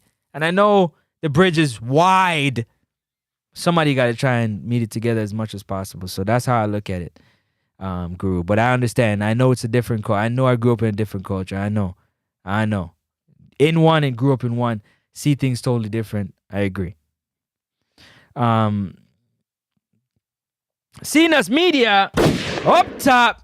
Media, Cygnus Media. Big up yourself. Uptown says most of the Mexicans have stable club careers and their federation did not let them play a friendly tournament and World Cup qualifiers days before the Gold Cup. That's facts too. Cato Williams said, when you respect your boss, you go the extra mile. No, you don't. And always come through with the last minute request. No, you don't. If you don't rate your boss, you're going to do the bare minimum. No. You do your job. See, doing your job is what's important. Because for those that get job review, you got to go to the supervisor, the boss, and they give you a review of how you have done in 3 months or in 6 months, wherever, or a year, whatever your review is. They're reviewing you. It's your work. It's not theirs. It's your work. So every player got to look themselves in the mirror and say, this is my work. The world is going to use these tapes as a reference point to how I play. This is going to be used, could be used as a highlight for how I play. This could affect my money. Me miscontrolling balls and not scoring when I'm supposed to is only affecting their money. It's affecting their livelihood. It's not affecting the coach, other than the fans calling for him to be fired and the federation thinking that he should be fired. But the players are the ones that are affected because it's their play. Just saying. And no, you respect your boss, you do your job. You do your job. You don't do the bare minimum. You do your job. It's your boss. You say do something, you do your job. But if you're saying you rate your boss, that's a different story. Then you go the extra mile for your boss. If you rate your boss. Well, you got to respect your boss. Come on. Stop it. If you're a professional, you do your job no matter how much you hate your boss. That's a fact, football crew. That's a fact. No matter how much you hate that joker, you got to do your job. Lone Wolf says, I eagerly await the arrival of Mason Greenwood. Let's see how well he interacts with these frictions, or will his arrival erase them? Another savior. We're looking for another savior, Lone Wolf. We will see if all the present-ish will hit the proverbial fan. It has hit the fan for everybody that has come. Everybody that's come, it's hit the fan for. Everybody. Don't forget, World Cup qualifiers countdown, 55 days, 8 hours, and 55 minutes. 55 days before the World Cup qualifiers, baby.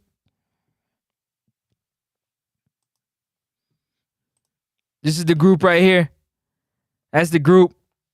We got Curacao, Trinidad and Tobago, and we got Bermuda, Group B, Jamaica. We in Group B, World Cup qualifiers, 55 days. 55 days. Put it on your calendar, 55 days. Get yourself together, man. 55 days, 8 hours, 55 minutes before the Gold Cup. The World Cup. Here we go to Gold Cup. The World Cup qualifier kicks off for this group. We don't know who we're playing yet or the date, but keep it locked. Simon Preston, I'm sure, will drop that information on us. All right. So you want to do that? That's fine. That's fine. I will get you back in a minute. All right, here we go. Cato says, players share the blame, but the head of the snake has the responsibility to manage their efforts. If someone on the team messes up, you got to answer it to the stakeholder. Yeah, that's President Michael Ricketts. That's President Michael Ricketts, in my opinion, in this instance. That's President Michael Ricketts. The reasons why he is because the coach and JFF are holding them back and don't allow them to pass, dribble, or shoot properly. Whew. D-Marks in the building. Big up to D-Marks. D-Marks in the building. Big up yourself one time for the one time. D-Marks in the building. I'm feeling nice. Say what? Champion fly. Talk to it. Up top. Big up yourself. Bless up every time. Yeah? Yeah. All right. D-Mark says, it's not the coach because the last three coaches, we have the same problem. I've been saying that, D-Mark, and it's almost like I'm talking to myself. It's almost like I'm talking to myself. I said that the last 3 times. I said, that is nonsense. Hold on a second.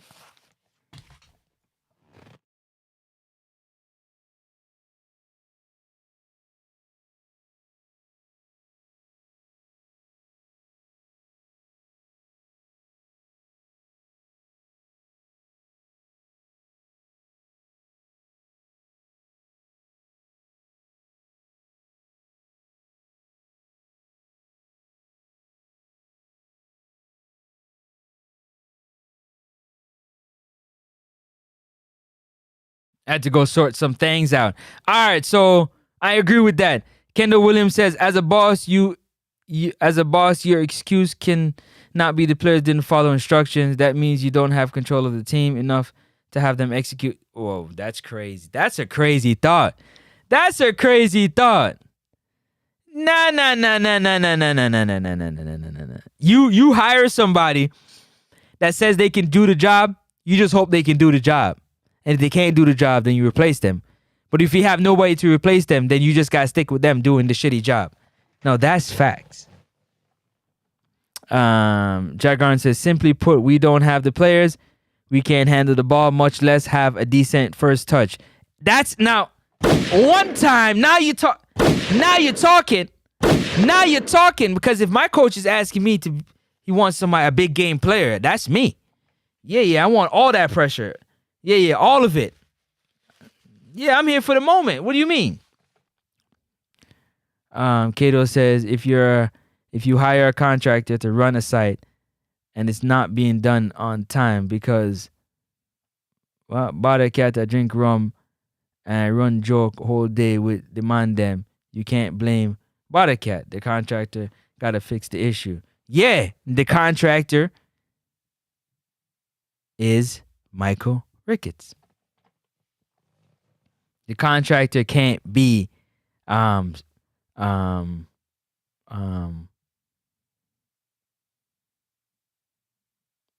this contract, well, if you're saying in this case this contractor is Steve McLaren, then he ain't got no better workers. So the person that hired him or hired these workers, whoever the case, they need better workers. And that happens. D-Mark says the Unity Cup squad play with a lot of heart, but when the next set of players come in, everything goes sideways. Plus, I think some snakes is in the team. I do too, D-Marks. I think there's some snakes in the team, D-Marks. Allegedly, there's some mumblings and some rumblings. They're not talking, though. It's 12 days and we haven't heard from President Michael Ricketts. Subscribe to the channel. This is our group right here. This is our group. World Cup qualifiers, 55 days. This is our group. Subscribe to the channel, man. How much? 12 days. How much is it, RR? 12 days. We haven't heard from President Michael Ricketts about nothing. And I mean nothing. What'd I say? Nothing. I mean nothing, man. Yeah, we here rocking and rolling. We ain't tripping, man. We ain't playing about nothing. It's all good. Kendall Williams Entertainment, bare minimum still keeps you in the job. It does. Good bosses get the best production. That's a fact, brother. I agree with that.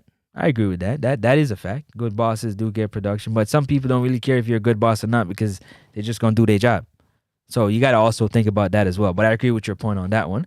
Everyone doesn't do their job regardless of who the boss is. That's a terrible human being. That's a bad charactered person. And if the person who was hiring had better judge of character, they would never hire that person. But some people hide who they are. That's just terrible. You get a job because you want to make some money. Do the job for the money. That's terrible. I think that's what Football Guru was saying earlier, that's how, the Jamaican mentality is, that you just, you get a job, you take somebody's money, you don't put no work in. Because you feel like you can. But you're only going to do that one time. Come on. Smash the like button, hit the like button. Let's get back to this video, man. I got some more. Let's get to the post-match. So that was a pre-match. Let's get to the post-match. Let me slide over here real quick. Open this up. Boom. Let's go. Fair use. And that's firstly, that you please put your cell phones or electronic devices on the setting that will not disturb the press conference. We're joined by the head coach of Jamaica, Steve McLaren, and also Reggae Boys defender, Damien Lowe. We're going to open the floor. Questions, please raise your hand and indicate, and then you can pose your question, whether it's to Coach McLaren or to Damien. Who would like to start? Yes, Coach, can you share with us the thought that was put into the team at the starting line? We adapted to their shape in terms of their box in the midfield, and with Pulisic and McKennie, we had to make sure that we picked them up, and it was great effort from the team in terms of pressing, but we were too open. So, in terms of great effort from the team pressing, but they were too open. He said they were too open. Creating chances, it gave us some chances. It gave us the penalty. It gave us opportunities when we did win the ball to break transition, but also the game we felt was too open. And especially, credit to the team. I'm proud of the team. 5 minutes, 1 goal down. 5 minutes, 1 goal down. And the game being open as it was. Proud of the team. Oh, wait, this is the Hold up a second. Hold up. I don't think this is the right one. Hold up a second. I'm bugging. Hold up a minute. The players aren't goofing off like the drunk. I don't know. Who's that? I don't know who that for. Hold on. Let me see. I fluffed that one. That one was fluffed by me.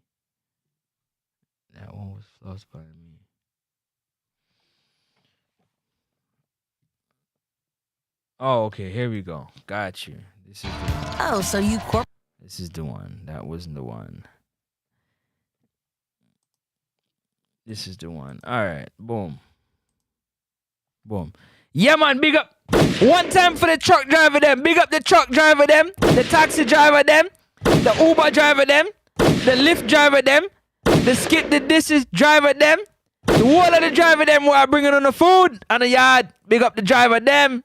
Midnight hustlers. The graveyard shift hustlers. The wall of the hustler them. Big up the hustler them. One time for the one time. If you're a hustler, big up yourself. Big up RR one time for the one time. Let's get into this post-match of this Honduras game and see what happened, all right? Steve Mcclaren and also Reggae Boy Joe Latipo there. Firstly, we'll have a few opening remarks from Coach Mcclaren in terms of your reaction to the result, topping the group, and of course we'll open the floor for questions from members of the media. So, Coach, second match on Jamaican soil, reaction to, of course, topping the group and your thoughts of how today went. Yeah, the target, the vision was to finish top. We had a bad start to the group, and credit to the team, they recovered with away games and away wins at Honduras, away wins in Nicaragua, and everybody knew this game. Because of the Nicaragua game as well, there were 3 teams going for the 2 top spots. And I think you could see that there was a little nervousness and not a willingness to really take the game to Honduras. It was more we wanted to and felt like we wanted to control the game. We didn't want to take the game to them. Tempo, any pace. There was no speed in the game. No speed in the game. And we were, when you need a draw, the mentality can get in the way, and I think that did. I think we were, but we said at half-time, we have to be resilient. We have to make sure that we get the result, and the key thing is the result. The key thing is we're top of the league, because after the first game against Cuba, we were under pressure. In Honduras, enormous pressure, artificial pitch, hostile atmosphere in Nicaragua, under pressure, and the boys delivered. And whatever the game was today, they delivered, and the result today was probably more important than the actual performance. We can play better. We made too many mistakes.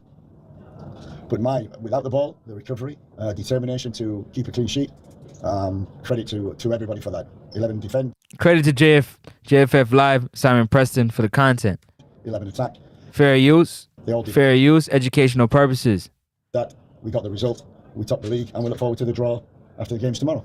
Yep, just to provide clarity before opening the floor for questions, CONCACAF later this week are supposed to unveil. So the last time we spoke. All right, hold on a second. Football Guru said, bad analogy. The players aren't goofing off like the drunk.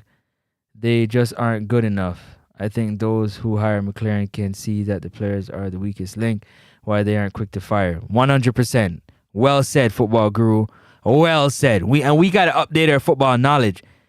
We say the coach got to update the software, but we, as media and fans, we got to update our football software because I don't know what's going on. Cato says, I was excited about this coach at first, but I've seen enough to convince me that he's not the man for the mission. We might make World Cup, but only to be laughingstock for commentators. And you think these players with a different coach is going to be different? Wow. I mean, that belief is serious. We spoke about you not being completely familiar when you were on home soil. Based on the results that you have now gotten, including today, how familiar have you got with the team? And are you seeing what you want as a coach at the moment? I said to the team, the last camp was a learning process. We put quite a bit of information in. We kept it simple.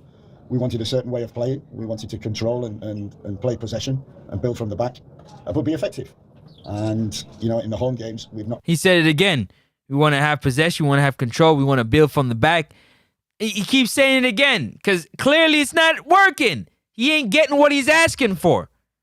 And Cato says it's because the players ain't got no respect for him. Okay. Quite been effective in the final third, though. Cuba, we had 27 shots. So, but today we were not as effective in the final third. Where?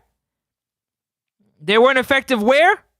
Oh, the same areas like 3 games ago when they played Cuba. You know, they had 21 shots, 7 on target, no goals. Played Honduras. Oh, they couldn't find the net again to another game. Okay. And so, yeah, I'm pleased with the first camp. I'm pleased with the second camp. Nicaragua was not an easy game. And we've tried to develop and try and not overcomplicate it, but create a certain identity of the way that we play. One being hard to beat, and 2 being able to defend as a team very well, but also to keep possession and create chances. All right, Chris? Yeah, so, Coach, 4 games, only 1 game we've conceded a goal. That's against the Hondurans. 3 games, 3 clean sheets. Defensively, are you satisfied with what the team has done throughout the first round of the competition? Mm-hmm. Absolutely. Delighted. It's the foundation, it's the base, and you can't get away from that. You know, I thought Lati at the side of me, in front of the back 4, dropping in as a 3, using that intelligence, very tactical. Ethan Pinnock and Holgate came in, Damien Lowe. You know, we made mistakes. They hit us on the... They made mistakes, but... break. Ethan and Mason defended the goal well, supported by Lati. How many times last-ditch tackles he made interceptions? Last-ditch tackles. Now, if you know anything about football, last-ditch tackles is usually because an error. There was a breakdown somewhere. Somebody messed up the assignment, some type of breakdown, and so you get you have to you have to help your teammate out. You have to clean up. Yeah, you have to tackle. Okay. All right. The intelligence and tactical awareness of Lati is exceptional, and we needed that today to keep that clean sheet. And we always said that, okay, the opponent might get through, they might have a shot, but we've got Andre Blake. All right, so Lati, this question is for you. Somebody who has been basically everywhere, midfield and defensive-wise, you have been a part of these matches where you would have gotten 3 clean sheets out of 4 games. Judge the defensive performance of the Reggae Boys so far, you believe, at the end of round 1 of the Elimination Series? Yeah, I agree with the coach. Defensively, we've been top, and like you said, it's the base. When you build a house, you don't start with the roof. You start with the base, and that's what we've been working on a lot. It just shows as well the desire that we show to defend our box and what it means to keep a clean sheet to us. I thought Mason was great tonight coming in on his home debut. It's not an easy thing performing, especially when it's your full debut at home. You want to impress your home country, you know. So I thought he was top tonight. Same with Ethan as well. He was vocal, he was communicating, and he was really organised. But throughout the camp, like I said, Nana, Blakey, myself, Ethan, Mason, even Deshaun, who's not here with us now, had a part in it. We're really building that togetherness and building that structure that we're such a hard team to Structure. beat and hard to break down, and that's what we want to get to. Tim's new Supreme. Structure. You hear that? You want to build that structure. I know. You're going to be like, oh, Francis show is boring. Yeah, I know. Because nobody wants to talk about the things like this. They talk about the changes in the second half and the thinking. No, they don't. They changed the game in the second half. I wasn't pleased with the tempo in the first half. It was too slow. And therefore, Honduras could get behind the ball. They waited for mistakes. We made mistakes. So we wanted to inject more tempo. And yeah, I think we did. I think it was difficult to, we wanted to build and go through the middle. I think it was difficult to do that. So therefore we had to rethink and go around the opponent, which is why we put the wingers on Kahim and Sifas. And that's why he did what? So now he's thinking about different ways of going around the press, which he should be doing. He's doing his job, right? He's thinking of different ways. How can I go about doing this? I'm about to open up the phone lines. After I finish this, I'm going to open up the phone lines. I'm working with these players for the y'all call and let your thoughts be known. First times. I don't know them. I'm getting to know them, and you know what I've seen. They injected that tempo. They injected that speed, Sifas. As soon as you get, that's what I want. I want wingers. Don't come back. Take them on.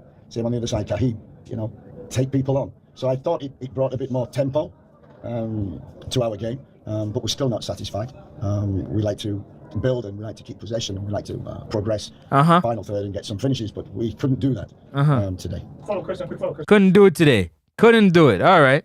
So now, Ty Maggie played well in the last game, but didn't look so convincing today. Do you have any idea why he didn't deliver like he did last game against Nicaragua? Yeah, I think against Nicaragua we put him on the right-hand side, so he played kind of inside right position, and against Nicaragua that suited him. I think against Honduras we wanted more speed on the wide. Well, we wanted more speed on the wide positions, and we're losing Bobby Reid.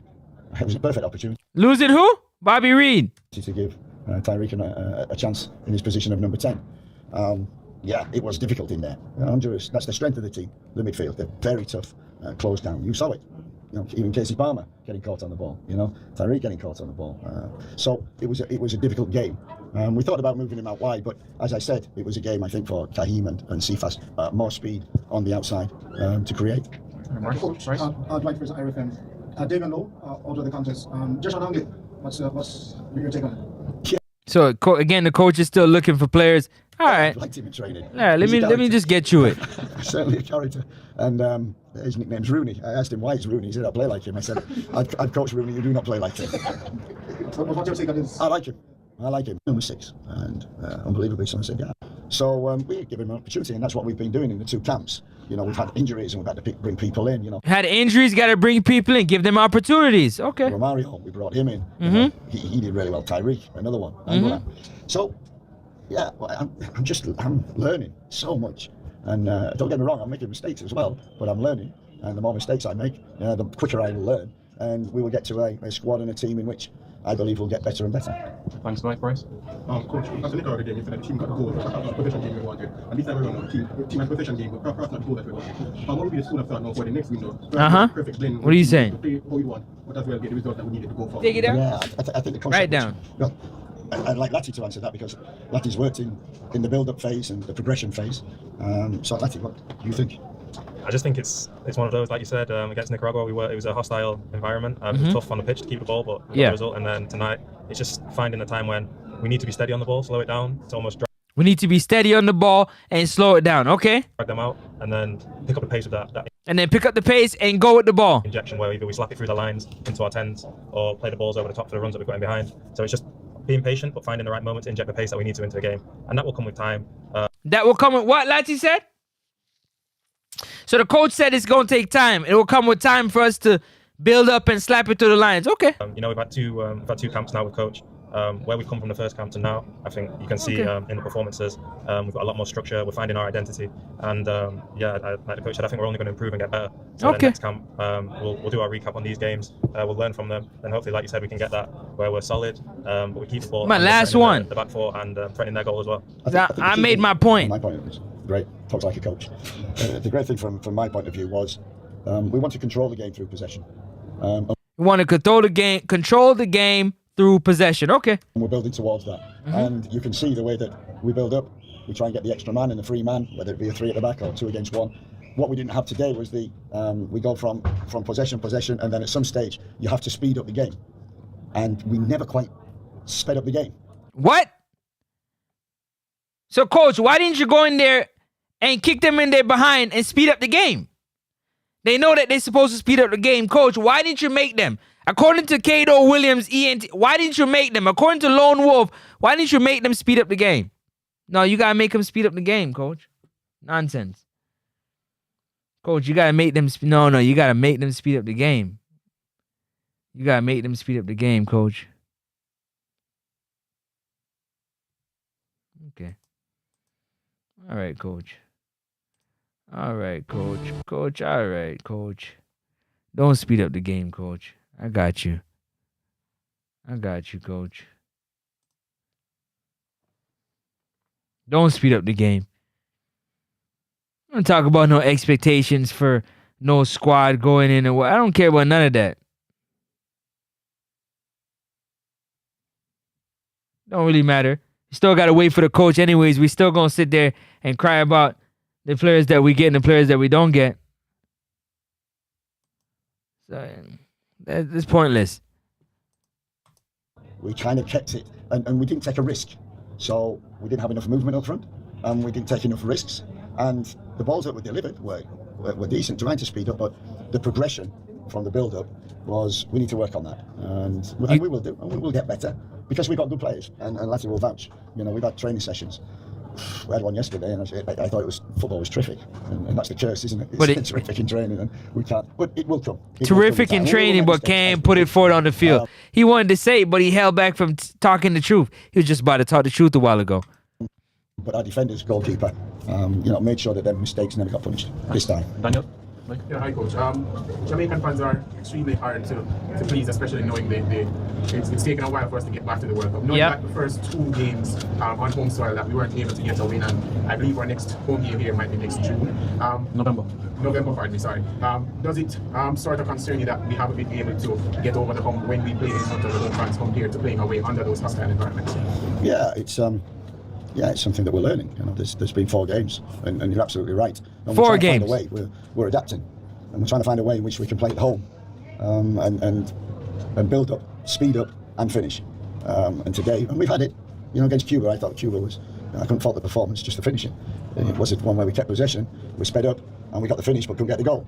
So it's there, and like everything, you're always aiming for consistency. Always and consistency. We probably had 4 sessions. 4 training sessions. Had to work on what we're trying to do. 4 sessions. Sessions. You get that in a week in the club, and then you get another in the club. So, for me, what the players have taken on and tried to implement. 4 sessions, guys. 4, ladies and gentlemen, 4. At the present moment, They got to get it but quick. They understand it, and what I like is we made mistakes, but we were still brave enough to continue keeping the ball and searching, which is difficult to do. But if you want to get to the World Cup, you're going to have to be able to want the ball and deal with the ball. And be brave on the ball, the mentality. And that's what we're looking for. All right, Kobe and then Chev. Yeah, you spoke about moments in the game, coach. You spoke about moments in the game where we needed to speed things up. Is there a particular scenario in today's game that you feel like we could have, gotten the goal or executed a bit better? I thought we did. I thought the introduction of Cephas, the introduction of Shaheem, gave us that penetration in the wide areas. And it was so tight in the middle, we had to go around. And was there enough willingness for the players to really take that risk to get forward, to make them runs forward? Or was it, we don't want to lose this game, we play safe? All right, so follow-up question, how do you think, when teams are that aggressive and defensive, like in the future, how do you think we can counter that? We work on that. We've worked a lot on build-up from the back and progression through the midfield. And the most important is the final third and the finish. And so we work on that. But the final third and the finish. We've got the talent. The final third and the finish. Coach still talking about it. We're very fortunate that Tyreek came in. I loved him in training, loved him in Nicaragua. And even today, when it was difficult, he's wanting the ball, taking the ball. That's what you need to go to the next level. So we'll keep working on that and keep searching and try to develop the players when we have them. All right, Chuck. All right, that's it. So we're back in the quarterfinals of the Asia League. Coming back from last year's performance, how confident are you and do you think the players will be going into that fixture? Yeah, I think we should be very confident going into the games. As a football player, these are the games that you want to play in. You want to play against the top dogs. You want to go and have that challenge and prove yourself. Yes, you do. Especially from last time, we were so unlucky not to get to the final. Yeah. And it just shows what we can do as a group. Okay. And like I said, I think we should be very confident going into it. We need to go back to our clubs now. We need to stay fit. And when we come back, we need to come with an open mind. Stay fit. We learn, like I said, from these camps, and we go into that one with that mentality that we're going to go and put our foot forward. We deserve to be there, top of the group, and we have to go with that mentality. And finally, Chris. So, coach, first couple of matches here, into an knockout stage of a competition. Mental. I'm gonna leave it right there. I'm gonna open up the phone lines right now. Open up the phone lines. Hold up. There you go. The phone lines open. Call in. I'm done, man. Cause I done proved my point. I proved my point already. I let y'all know that you haven't proven to me yet. Prove to me yet what the coach has done. Tactically, like you say. Because when I'm watching the game, I'm looking at the game, sitting there looking at like this. I'm asking myself, why isn't King passing the ball to Lati? He's right there in front of him, passing the ball so he can turn and make a move. Why isn't Isaac Haiti? Why didn't he make that pass? Why is Leon Bailey dribbling into 2 guys? Yeah, the coach said to take them on, but be smart about it. Where's the help? Why is John walking? Why is Casey walking? Why is Damari Gray not sprinting, putting himself in position to be effective? Why? That's the question I asked. Why? Why are these things not happening? I'm sitting here and I'm writing my notes, watching the game, and I'm literally asking myself, I can't watch this. I can't watch this. This is poor. This is poor. You see Isaac Hayden pick up a ball and he pass it to Casey Palmer. And Casey Palmer's first touch, he bobbled it. After he bobbled it, he had to run like an extra yard and a half, 2 yards to collect it. By the time he turned, the play that was open, the window closed. That play is no longer available. It's no longer available. So now you got to play it back and restart the build-up play again. Okay, it's football. Those things happen.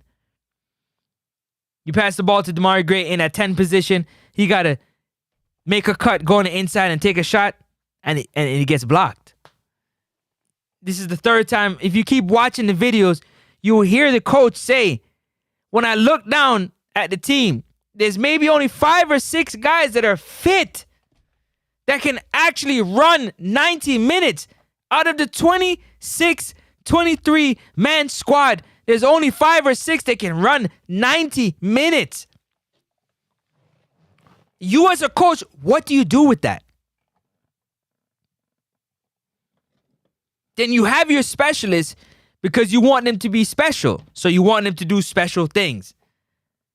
But your specialist can only give you 50 minutes of running because the specialist is out of shape. He's unfit. What does the coach do? Put in a player that is fit, that can run 90 minutes, but that don't have the ability, the capabilities to do what the specialist can do? Is that what the coach should do? And live with those results? So live with the fans, busting him over the head top. Busting him over the head top. Just because of the fact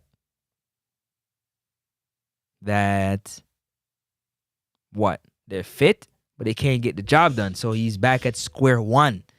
He's back at square one. 55 days till World Cup. 55 days. 55 days, 8 hours, 26 minutes, 25 minutes to World Cup qualifier. World Cup qualifier countdown. I'm gonna make sure y'all know right up until the day.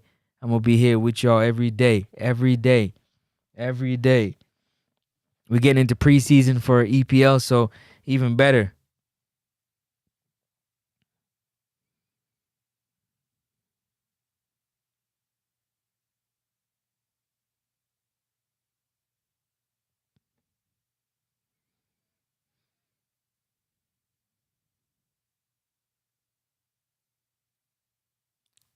Click the like button. Hit the like button. Get the likes up. Get the likes up.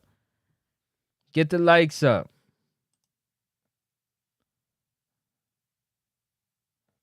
Appreciate y'all hitting that like button though. Definitely. You can get them likes up. Let me see. Let me see what this and the phone lines are open. 416-771-4338. You can call in. Phone lines are open. Let me see. So the poll says, wow, Damari Gray would make a bigger impact. Wow. Bigger difference. Wow. Okay. Oof. Wow. I didn't think I was going to see that.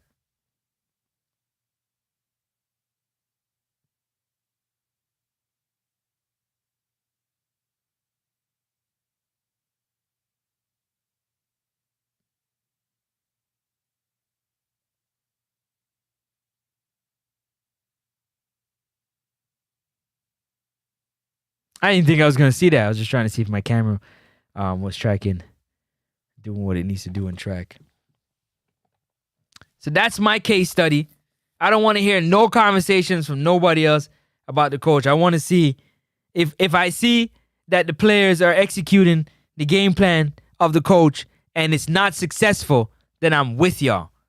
If the game plan that the coach is giving the players are putting them in non-successful positions, that's not creating chances, that's not playing good defense, then I'm with you to fire the coach yesterday.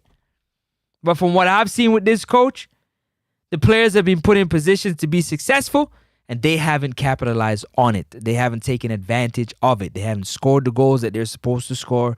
They haven't helped their teammates get in the positions they're supposed to be in because of them. You get an opportunity to play free in the midfield, but nobody has the ball skills to be able to actually do something.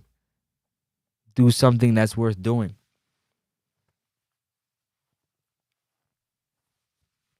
You know, it's not a one-man army. It's a team. It's 11 players on the team. Everybody has a role to play.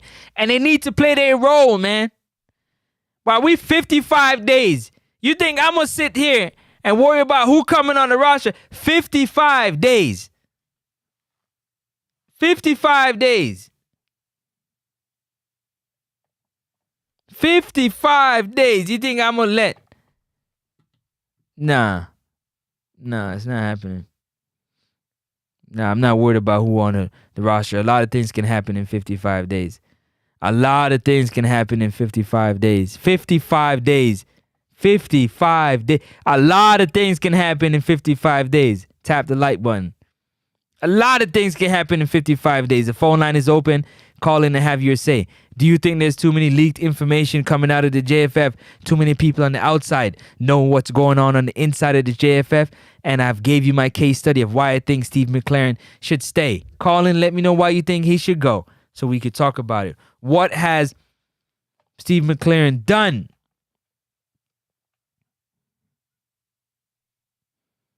Apart from go out there and play and put 11 clones of himself and see if he can execute his own game plan.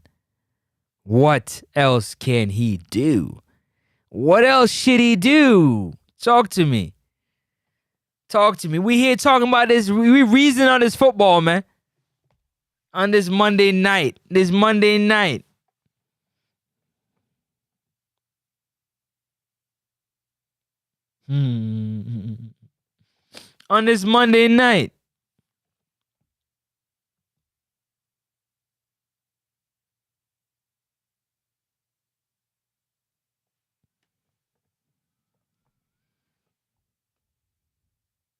Phone line is open, 416-771-4338. You can call in. You don't have to bother to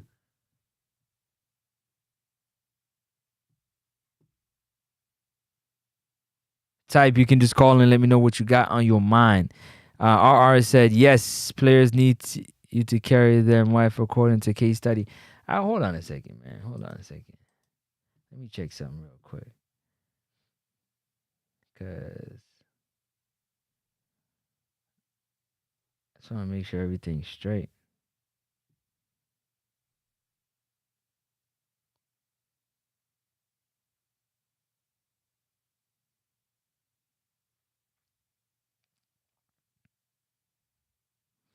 Man, honestly, I'm gonna have to do a show on that. I gotta get all my gooners to come out and support and rock, man. This year, I'm telling you, I'm gonna do a lot of shows on the gooners, man.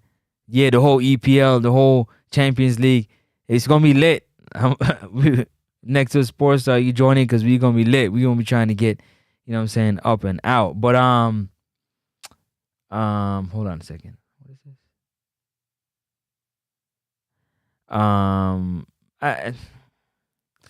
I don't know, man. I don't really rate him as a striker like that. And some of the signings they don't really make any sense. You know, we need finishers like the Reggae Boys team. We need people that are clinical, and when they get in the position they can finish. You know, like a Victor Osimhen would have been great, but for us to be spending that type of money on that type of player, he better be coming in here scoring a lot of goals. I can tell you that. For sure. He better be coming in here scoring a lot of goals. If you know what's good.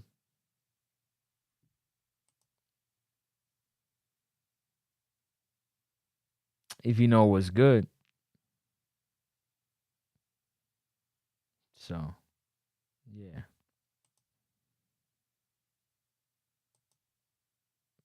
Yeah, that's how I'm looking at that one right there, champ. But Steve McLaren, I think this World Cup qualifier coming up, I think we're going to see a great example of the players really understanding the system that Steve McLaren is going to put forward. And I think they're going to do a fantastic job. You never underestimate no team. We've done that time and time again.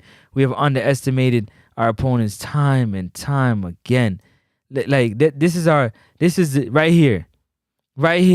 That's our group right here. And time again, we continue to just look down on our opponents. We look down on our opponents. You never Never look down on your opponents. I don't care if you were expected to beat your opponents. You never look down on your opponents. And Curacao, Trinidad and Tobago, and Bermuda is going to give Jamaica their best shot. Their best shot. Heavy's the head that wears the crown. We are the hunted. Yeah, we are the hunters in this group. We're the big dogs in this group. We're the big fish in this group. So everybody's hunting us. Everybody's game planning for us. Everybody's putting their best game plan, their best players getting the best sleep the night before for us. So we don't fool ourselves thinking that Curacao or Trinidad and Bermuda is not going to come. Trinidad played us three times actually. Trinidad played us 3 times. And we struggled to really do anything with them. We played them twice here. And one in the Unity Cup. And we struggle to do anything with Trinidad. And other teams are slapping up Trinidad. They're slapping up Trinidad. Other teams are punishing Trinidad. And we play in Trinidad like we're afraid. Like we're afraid. And teams out here dogging Trinidad. I mean, dogging Trinidad. Like real dog. Like, what do you guys got to say about that? Nobody wants to talk nothing about that.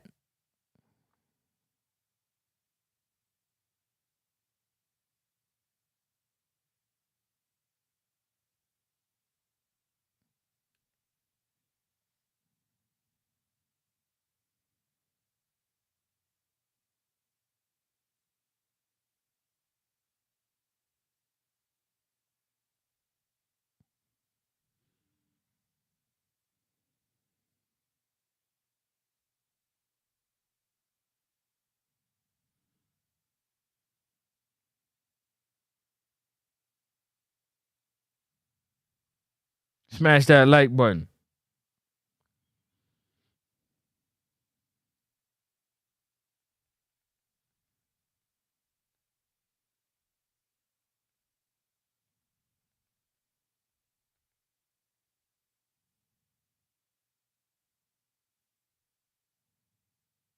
Smash the like button.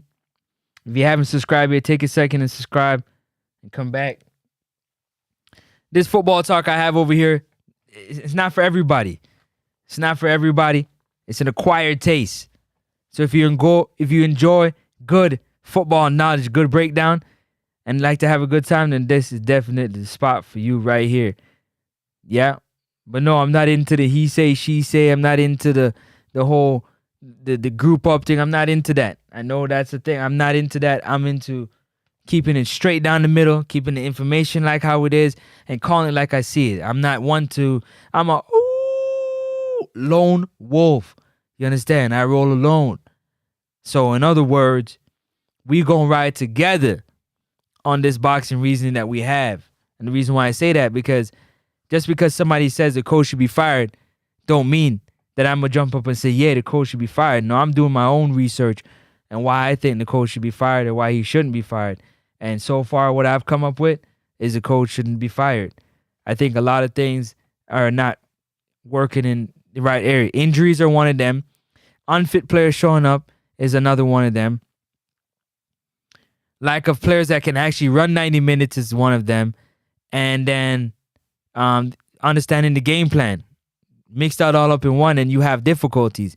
You know what I mean? You have difficulties. You don't have real leaders on the field and you go down a goal early. You got to have players that can, settle the game. And you playing these bigger teams, you getting beat up by these teams like Mexico and U.S. And Mexico and U.S. is beating up these other teams in the world. They crushing them.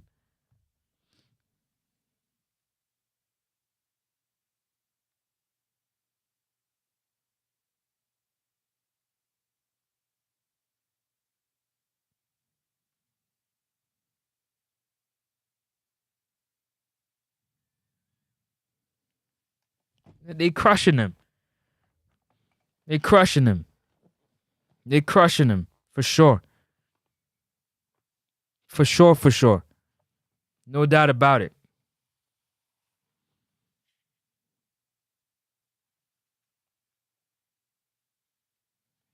Crushing him. I would say what you were saying 3 months ago. No. My listen. That's what you're saying, but you don't believe that. You don't believe that. You can't even tell me why, because you don't believe that. You really, truly don't believe that.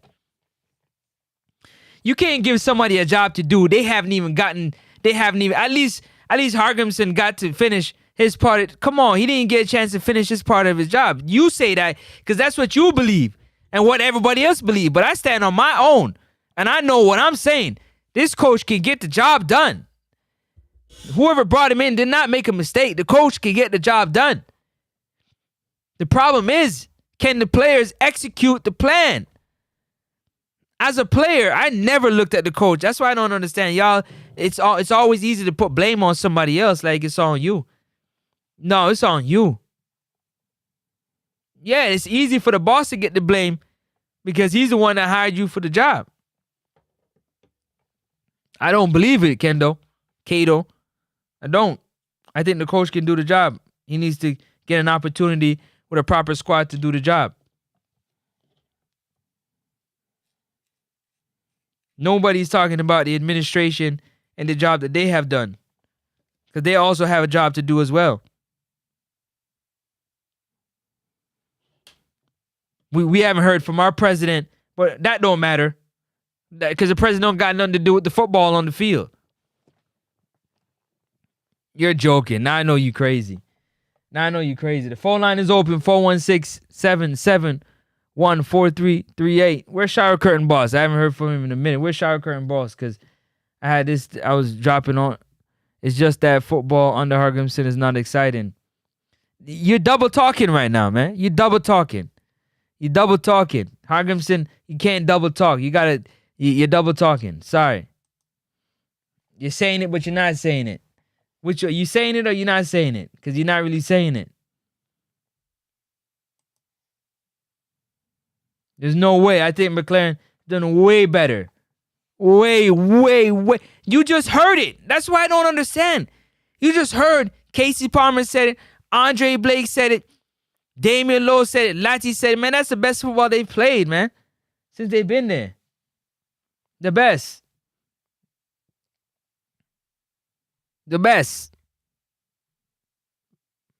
But you're not trying to hear nothing. You're not trying to hear it.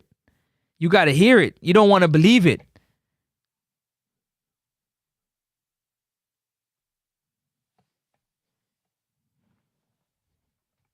Man hasn't even gotten an opportunity yet with a squad that's fully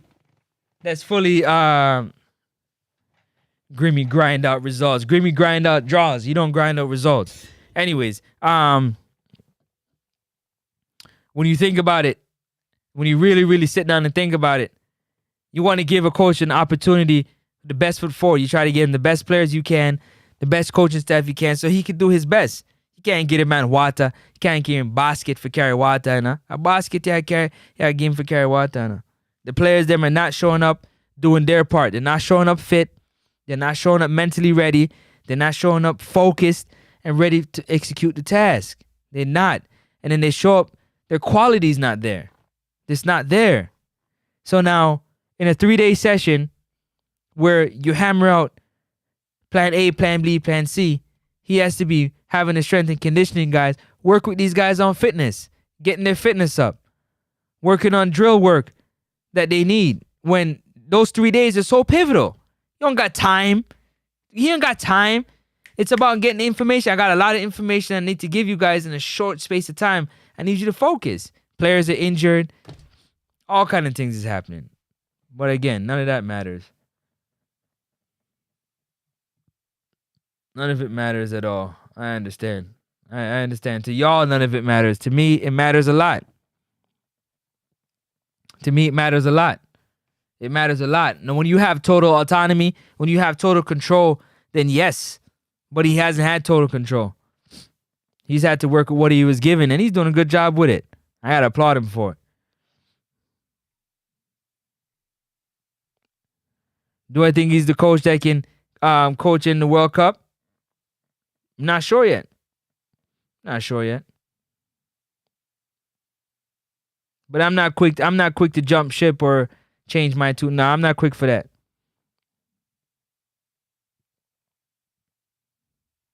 I'm not going to be quick to do that. It's if the players are not fit, then they should know they're not going to play, so come fit. Again, you hear what you're saying? Do you hear what you're saying? Like, I don't think you're hearing what you're saying. Hear what you're saying. This is what you're saying. If the players are not fit, then they should know, because they do know, but they want to call up. It's a business. It's still a business. This is, at this level, it's still a business. I don't think people understand. Although we love, this isn't pickup football. This isn't Sunday football, corner league. This is a business. So caps and all that stuff is important to the business. You want your money. You want a bag. It's all a part of it. So you can't exclude that. Football is big money business. There's a lot of things that are moving. A lot. So they're not going to play, so come fit. They're not coming fit. They're not. So if 80% of your squad is not fit, Kato, what does the coach do? If 80% of the squad is not fit, what does the coach do?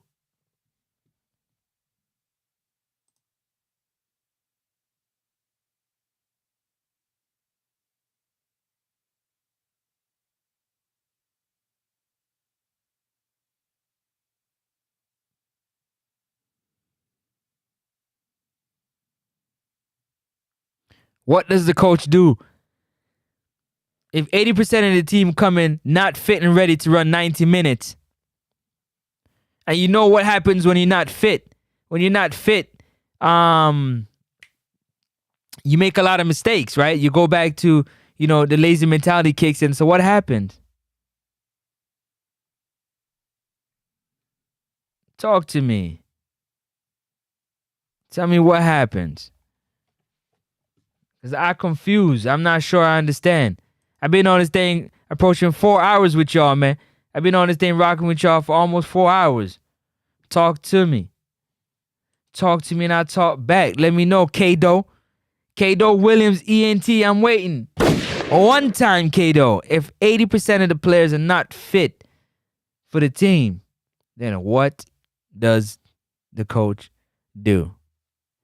I will wait.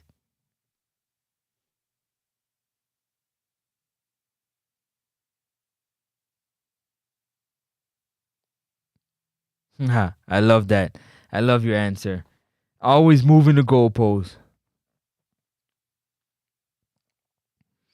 Always moving the goalposts. Way to move the goalposts. Way to move the goalposts.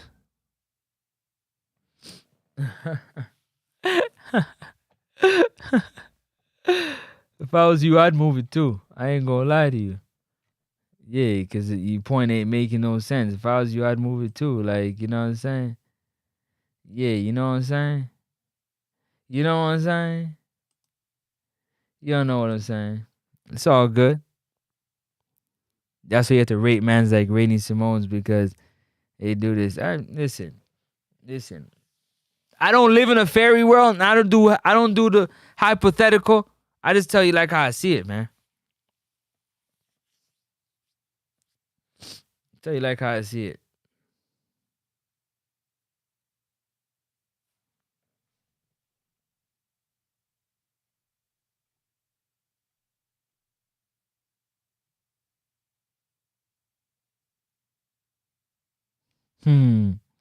Let's be honest. Jamaica players are known for lacking discipline.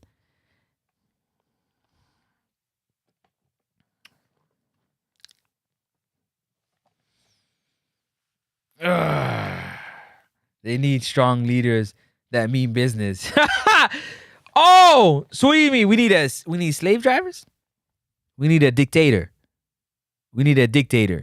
So we can't. So you mean to tell me that's even poor? That's poor. That you as an individual, you need another man to make sure you're disciplined. So you yourself can't discipline yourself to achieve your own goals, which would be to go to the World Cup and perform well, because that should be your goal first and foremost, is to go to the World Cup and perform well for yourself and your family and then your nation. But you need another man to do that for you. Wow. Wow. Makes sense.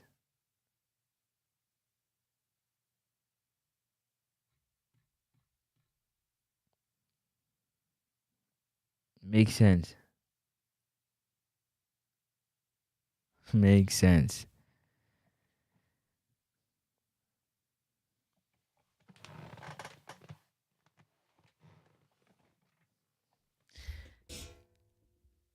Let's keep it on the football. The coach is going to come in. He's going to go back.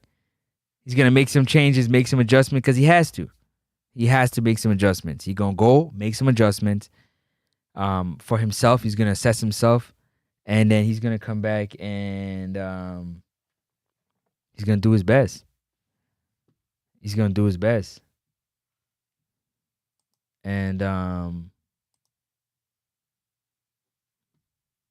hopefully these players come in with more enthusiasm for the game, more enthusiasm to, wanting to win for one another. I think that's most important more than anything else is for these players to look at themselves in the mirror and to say, you know what, I really want to do this.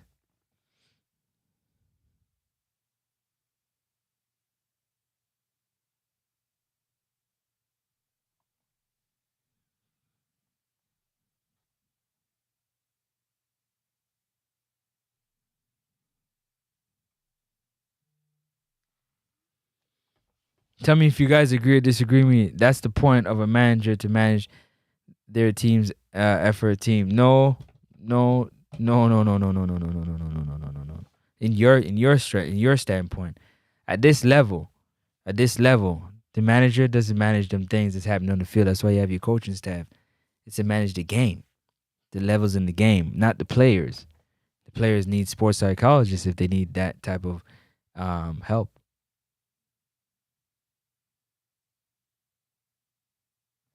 I can't believe he took that fight, boy. That's crazy. But hey, that's what it is.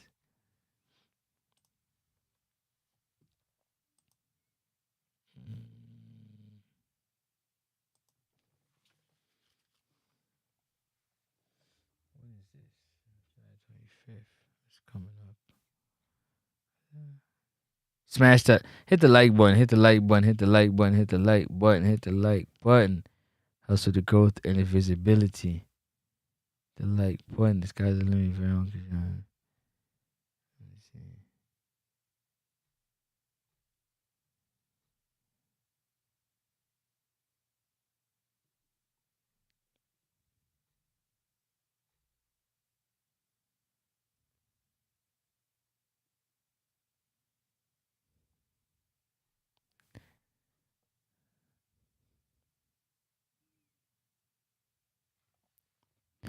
Smash that like button. Tell a friend to tell a friend. We're about to get up out of here just now.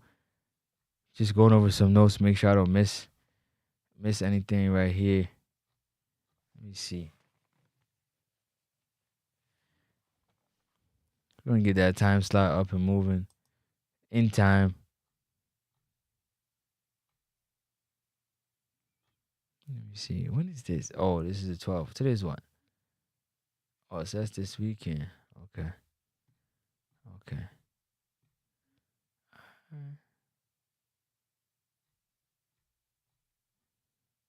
Oh, okay. New York City. All right.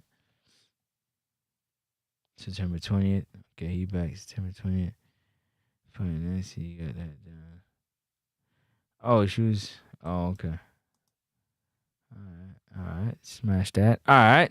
Let me see. Let me rack them up over here. Right now, I think y'all made my point. Y'all look like y'all, you know what I'm saying, winding up.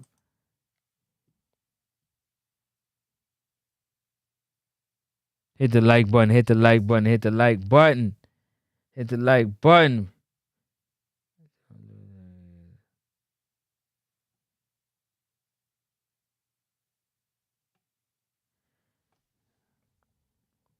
All right, well, big up to everybody in the comment section, man. Don't forget to smash That like and subscribe button does help with the growth and the visibility of the channel. Much respect, much love to everybody that's come out and, smash that like button and, share their comment. Appreciate y'all as we continue to build and continue to grow.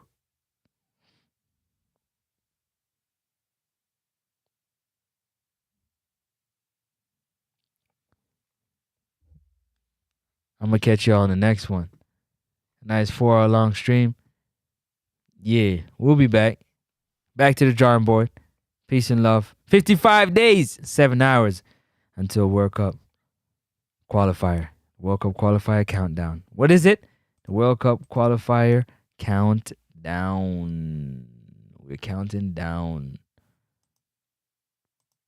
We're counting down.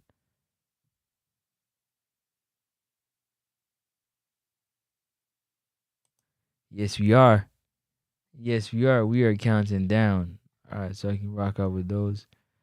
Oh, the 12. Oh, Saints. Oh, okay. I didn't even realize that. So where is this? Oh. All right, so those two to react to. Figure that out. Okay.